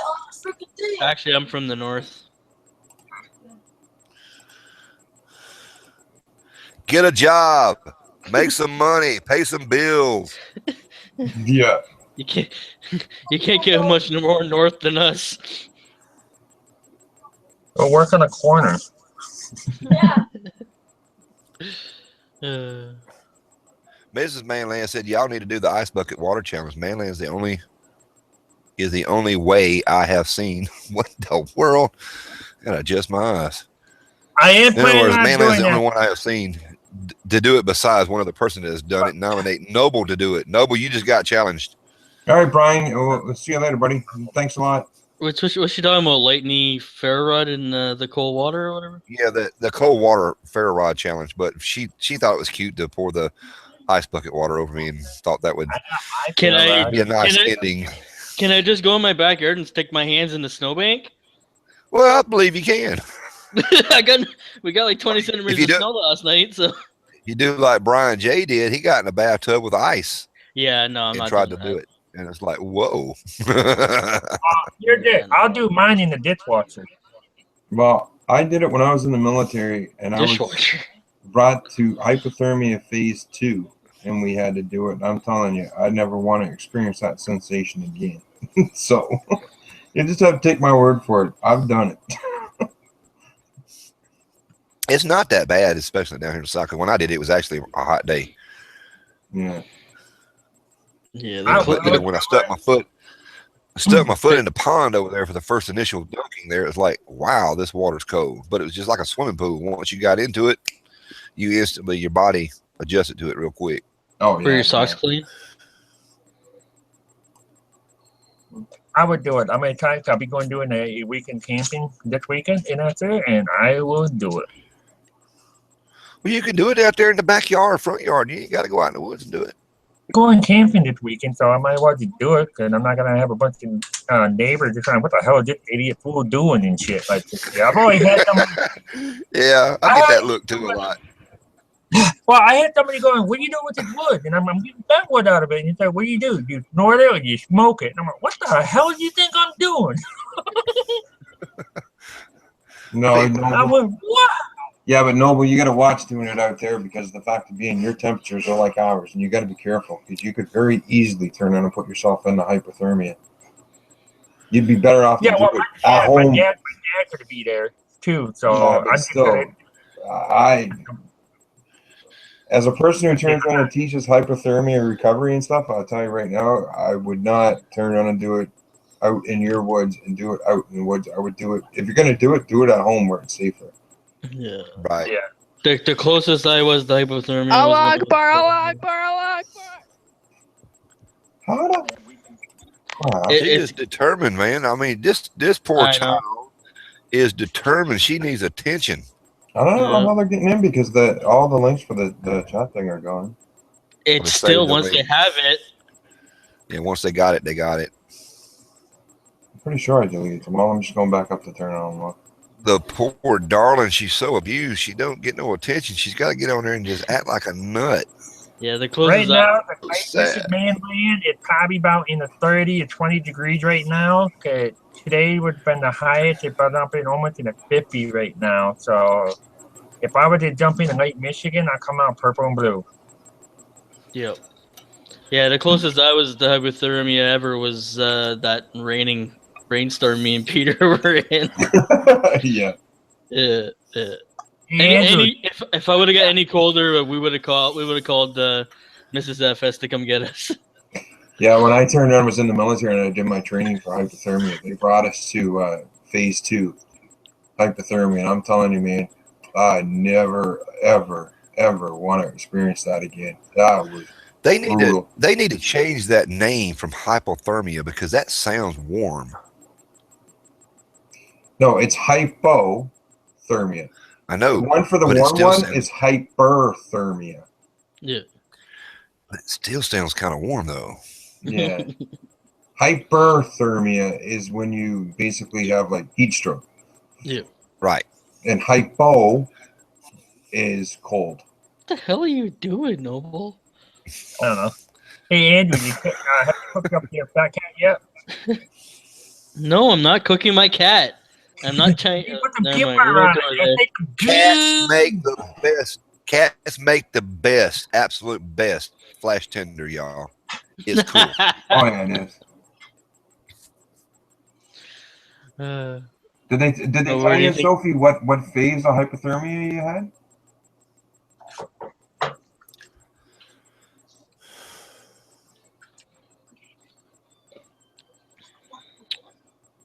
Noble's crazy. Frozen, yeah. I actually instruct hypothermia for people that turn around and treat hypothermia patients. Oh no, yeah, Noble, you missed out when we were in here talking about chaga a while ago. Oh yeah, yeah. I checked on eBay, and 10 pounds of chaga is going for like $250. Oh, fuck that. Yeah, it's nuts. If you want chocolate, go to Hershey, Pennsylvania. Yeah, drink and getting cold will turn around and get you into hypothermia real quick. Yep.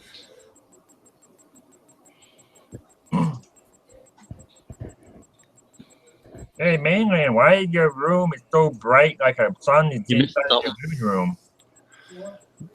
Go check. I got one little LED light here, and if I turn it, it gets brighter. If I turn it the other way, it gets darker. What, that 5 hour light that you refuse to give up? No, we had a problem with the giveaway. That's what the delay is, because right now somebody actually won it, and I'm trying to figure out how to do this properly without offending a lot of people. Right. And it's really put a damper on my giveaway. I put it that way. Yeah. Okay. A big damper.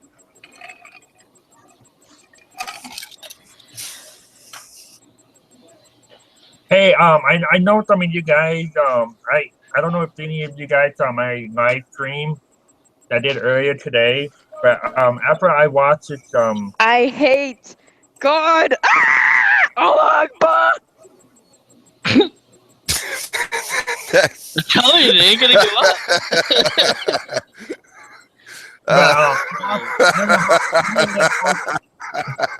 Which one? Your like 3-minute live stream that you said something about you were 35 years old and then it just like went dead. But I saw that one. I was trying to talk to you. That's when I ended up finding your Facebook thingy because I was trying to get a live stream going earlier. And I was like, damn it. Every time I get on and try to talk to him when he's live streams, they all go dead. But I was watching this video and they were showing about all these people, and even they had young kids. I mean, with these kids who have like Down syndrome or one in wheelchairs, and you get some of these professional athletics. And some of you guys may have seen this here where the father went through the security to help his son because he pulled a muscle on a trap. And that there, and the comment with somebody who released this video, where did all this good humanity went? Night, little star. Now in this world, we don't have any of that. And I watched, I don't know how long the video was, and that kind of brought me back. I said, you know, exactly right. This person is right. Where did all the good humanity went? Yep. And that was my whole point of my little short video I did. And I went, you know, that really, Yeah. It was No, really, but I mean, the age of people being nice to people is dead, sadly. yeah. Yeah. It really sucks because it's a shame. Miss Mangan, I wish I could go through the screen and grab the troll and shake it like a rag doll. Like me right now, like I've got no work, nothing coming in, no money, nothing. But if I needed to, I'd give the shirt off my back to someone who needed it. That's just the type of person I am. It doesn't matter if I don't have the money or nothing. If I can help someone, I'll help them. Yeah.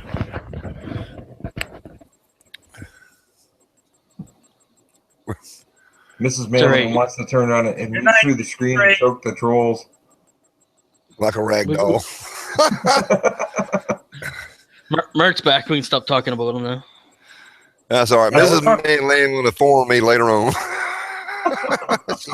she loves the gossip, man. She loves the gossip. That's what Nah, we were just talking about Noble's live stream earlier. Yeah. So Sophie sounds like she wants to too. Yeah. Oh, but the WTF girl find a hobby. Yeah, absolutely.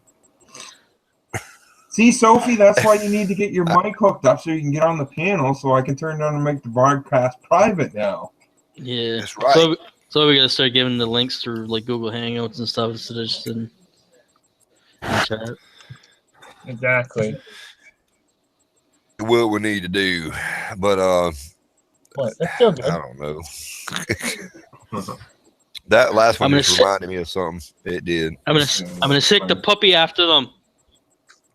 You watch them, Chubby. You watch them. You watch them. Oh, the wiener dog. You gonna put peanut butter on that too? He's supposed to look over there. He's not a wiener dog. He's only part. He's a hush puppy. You're my baby. Mwah. My big baby. You know what they need to bring back? They need to bring back the pound puppy. They need to bring the old pound puppy cartoon back. He's like staring at me. He's like, "Daddy, let me fucking go." I hate to say that, but people like that are so determined to try to disrupt the chat are the very same people that we need to ship over there to go meet ISIS.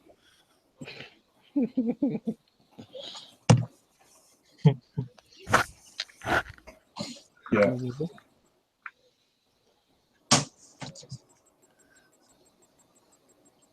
No, there's things where those people should go, but I'm not gonna say it in live chat. Yeah. Hey, you know how when people said when hell freezes over, I'm sorry, hell had freeze over because we have here a little small town in the state of Michigan called Hell. Yeah, yeah, I've seen that. It's at Hell, Michigan. I've been Freezes through over there. every year. So why can't hell freeze over? I bet you hell freezes over all the time in Hell, Michigan. Yeah, every year. Yep. I said something. Yeah, I'll do that when the pigs are flying. I thought, oh, that can be arranged.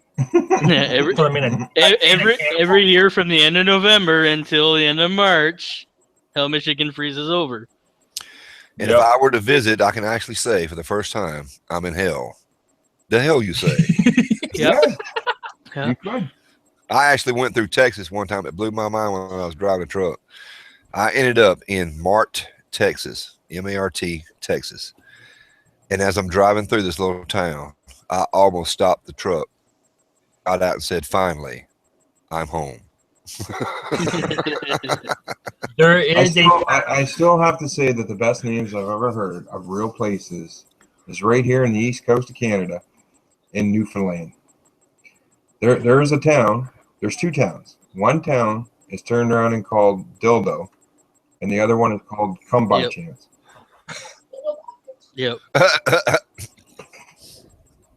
Oh, man. Where do these names come from? You can look that up online. They are two legit towns in Newfoundland.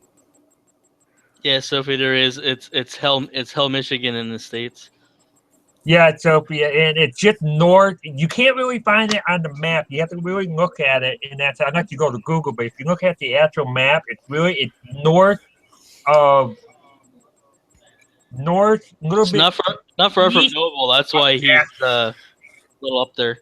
So Noble, how many people are actually in hell?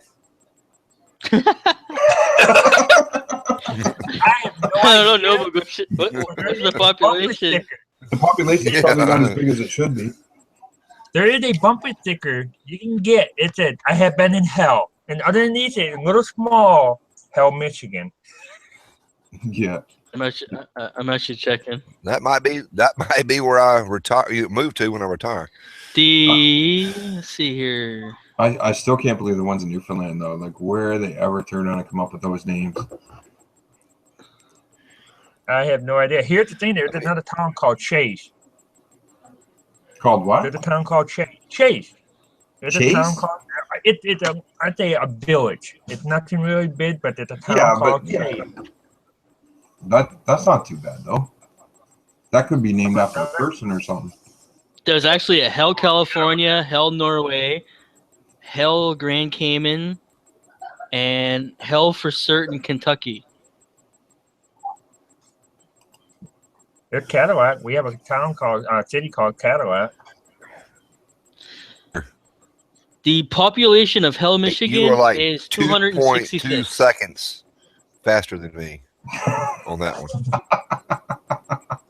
I was waiting for it to open up, had my finger open, all of a sudden, boop, crap. I'm like, what the fuck? Yeah, I don't know if that ice cream shop is still there or not, but there's an ice cream shop in Hell, Michigan that have an 18th century coffin in there. Yeah. So the unofficial population of Hell, Exactly, Michigan is Sophie. 266. It should be 666, not 266. Right. No, there need to be. Yeah. There's got to be 400 more people there. Yeah. Yeah, it's not really many there. The only thing, this post office is small. I can't remember how big it is. I want to say it's no bigger than a freaking. I can't. That means there's a lot of people getting out of hell. The origin from the name came from German travelers. So it's Noble's fault. Noble, your people named it Hell, Michigan. It's all your fault. Yeah, baby.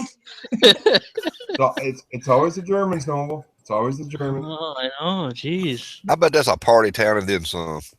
Probably. They And I keep tell you trying to what. make a better name for themselves, and then they keep doing stuff like that.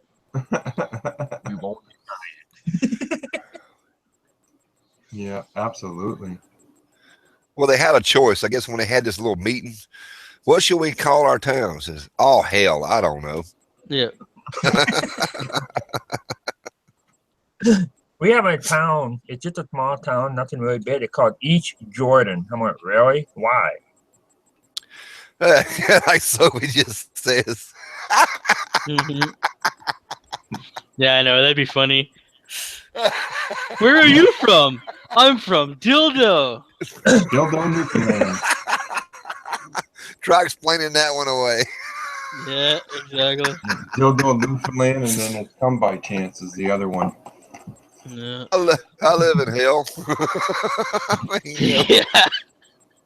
our neighbors Literally, are I dildos. do. I guess that's what they call them. You know, the people that are called dildos. Yeah. there's a street. There's a street in Muskegon, the city of Muskegon. There's a street called Pecker. Wow. We have a street here, and a bunch of kids thought they would be kind of funny, so they went down the one way of the street, and they called Fish Street. But we ended up changing the F on it into a B on it, so it was Fish Street all the way down till the city had to replace it. Come on, tell them that it tastes like pizza. Yeah, it tastes like pizza, Noble. Born in Dildo, but not in hell. Oh, you can play with the toaster, but leave my pizza oven. Fuck. God damn Fuck it, again. the toaster Fuck it oven. all. Ah! Oh, I think Noble killed somebody. No, that was a troll again. He just keeps Oh, making new accounts. Yeah. They were right in Yeah. there at the perfect moment on the I know. external layer. I thought it was noble too until I seen the name.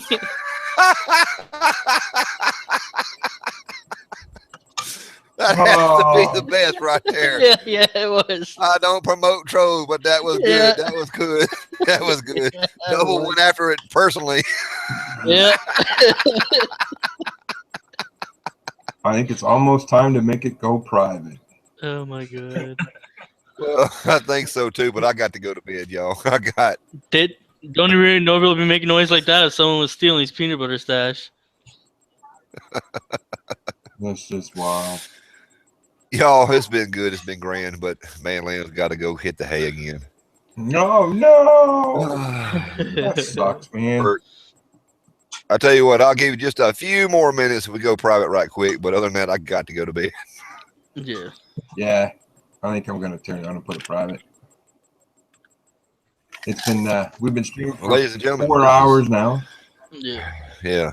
This is amateur artist Mark D. Chandler once again from Manland, wishing you and y'all a very happy YouTube experience out there. Andrew, go ahead. Oh, yeah. This is Andrew Long from Andrew Long Bushcraft. All I gotta say is get out there, have fun, stay safe. Noble, go ahead. Noble outside, and thanks for coming in here. Get outside, be safe, be prepared, be aware. Get outside and go camping, and have a pleasant dream. Once again, thank you all for turning on and watching. It's Peter from FS Bushcraft. Glad to turn on and have everybody in the panel as well as in the chat out there. Sophie, you need to turn on and get your mic hooked up, darling, so you can get in here with us and get on the other side, as we're going to do now, and go private.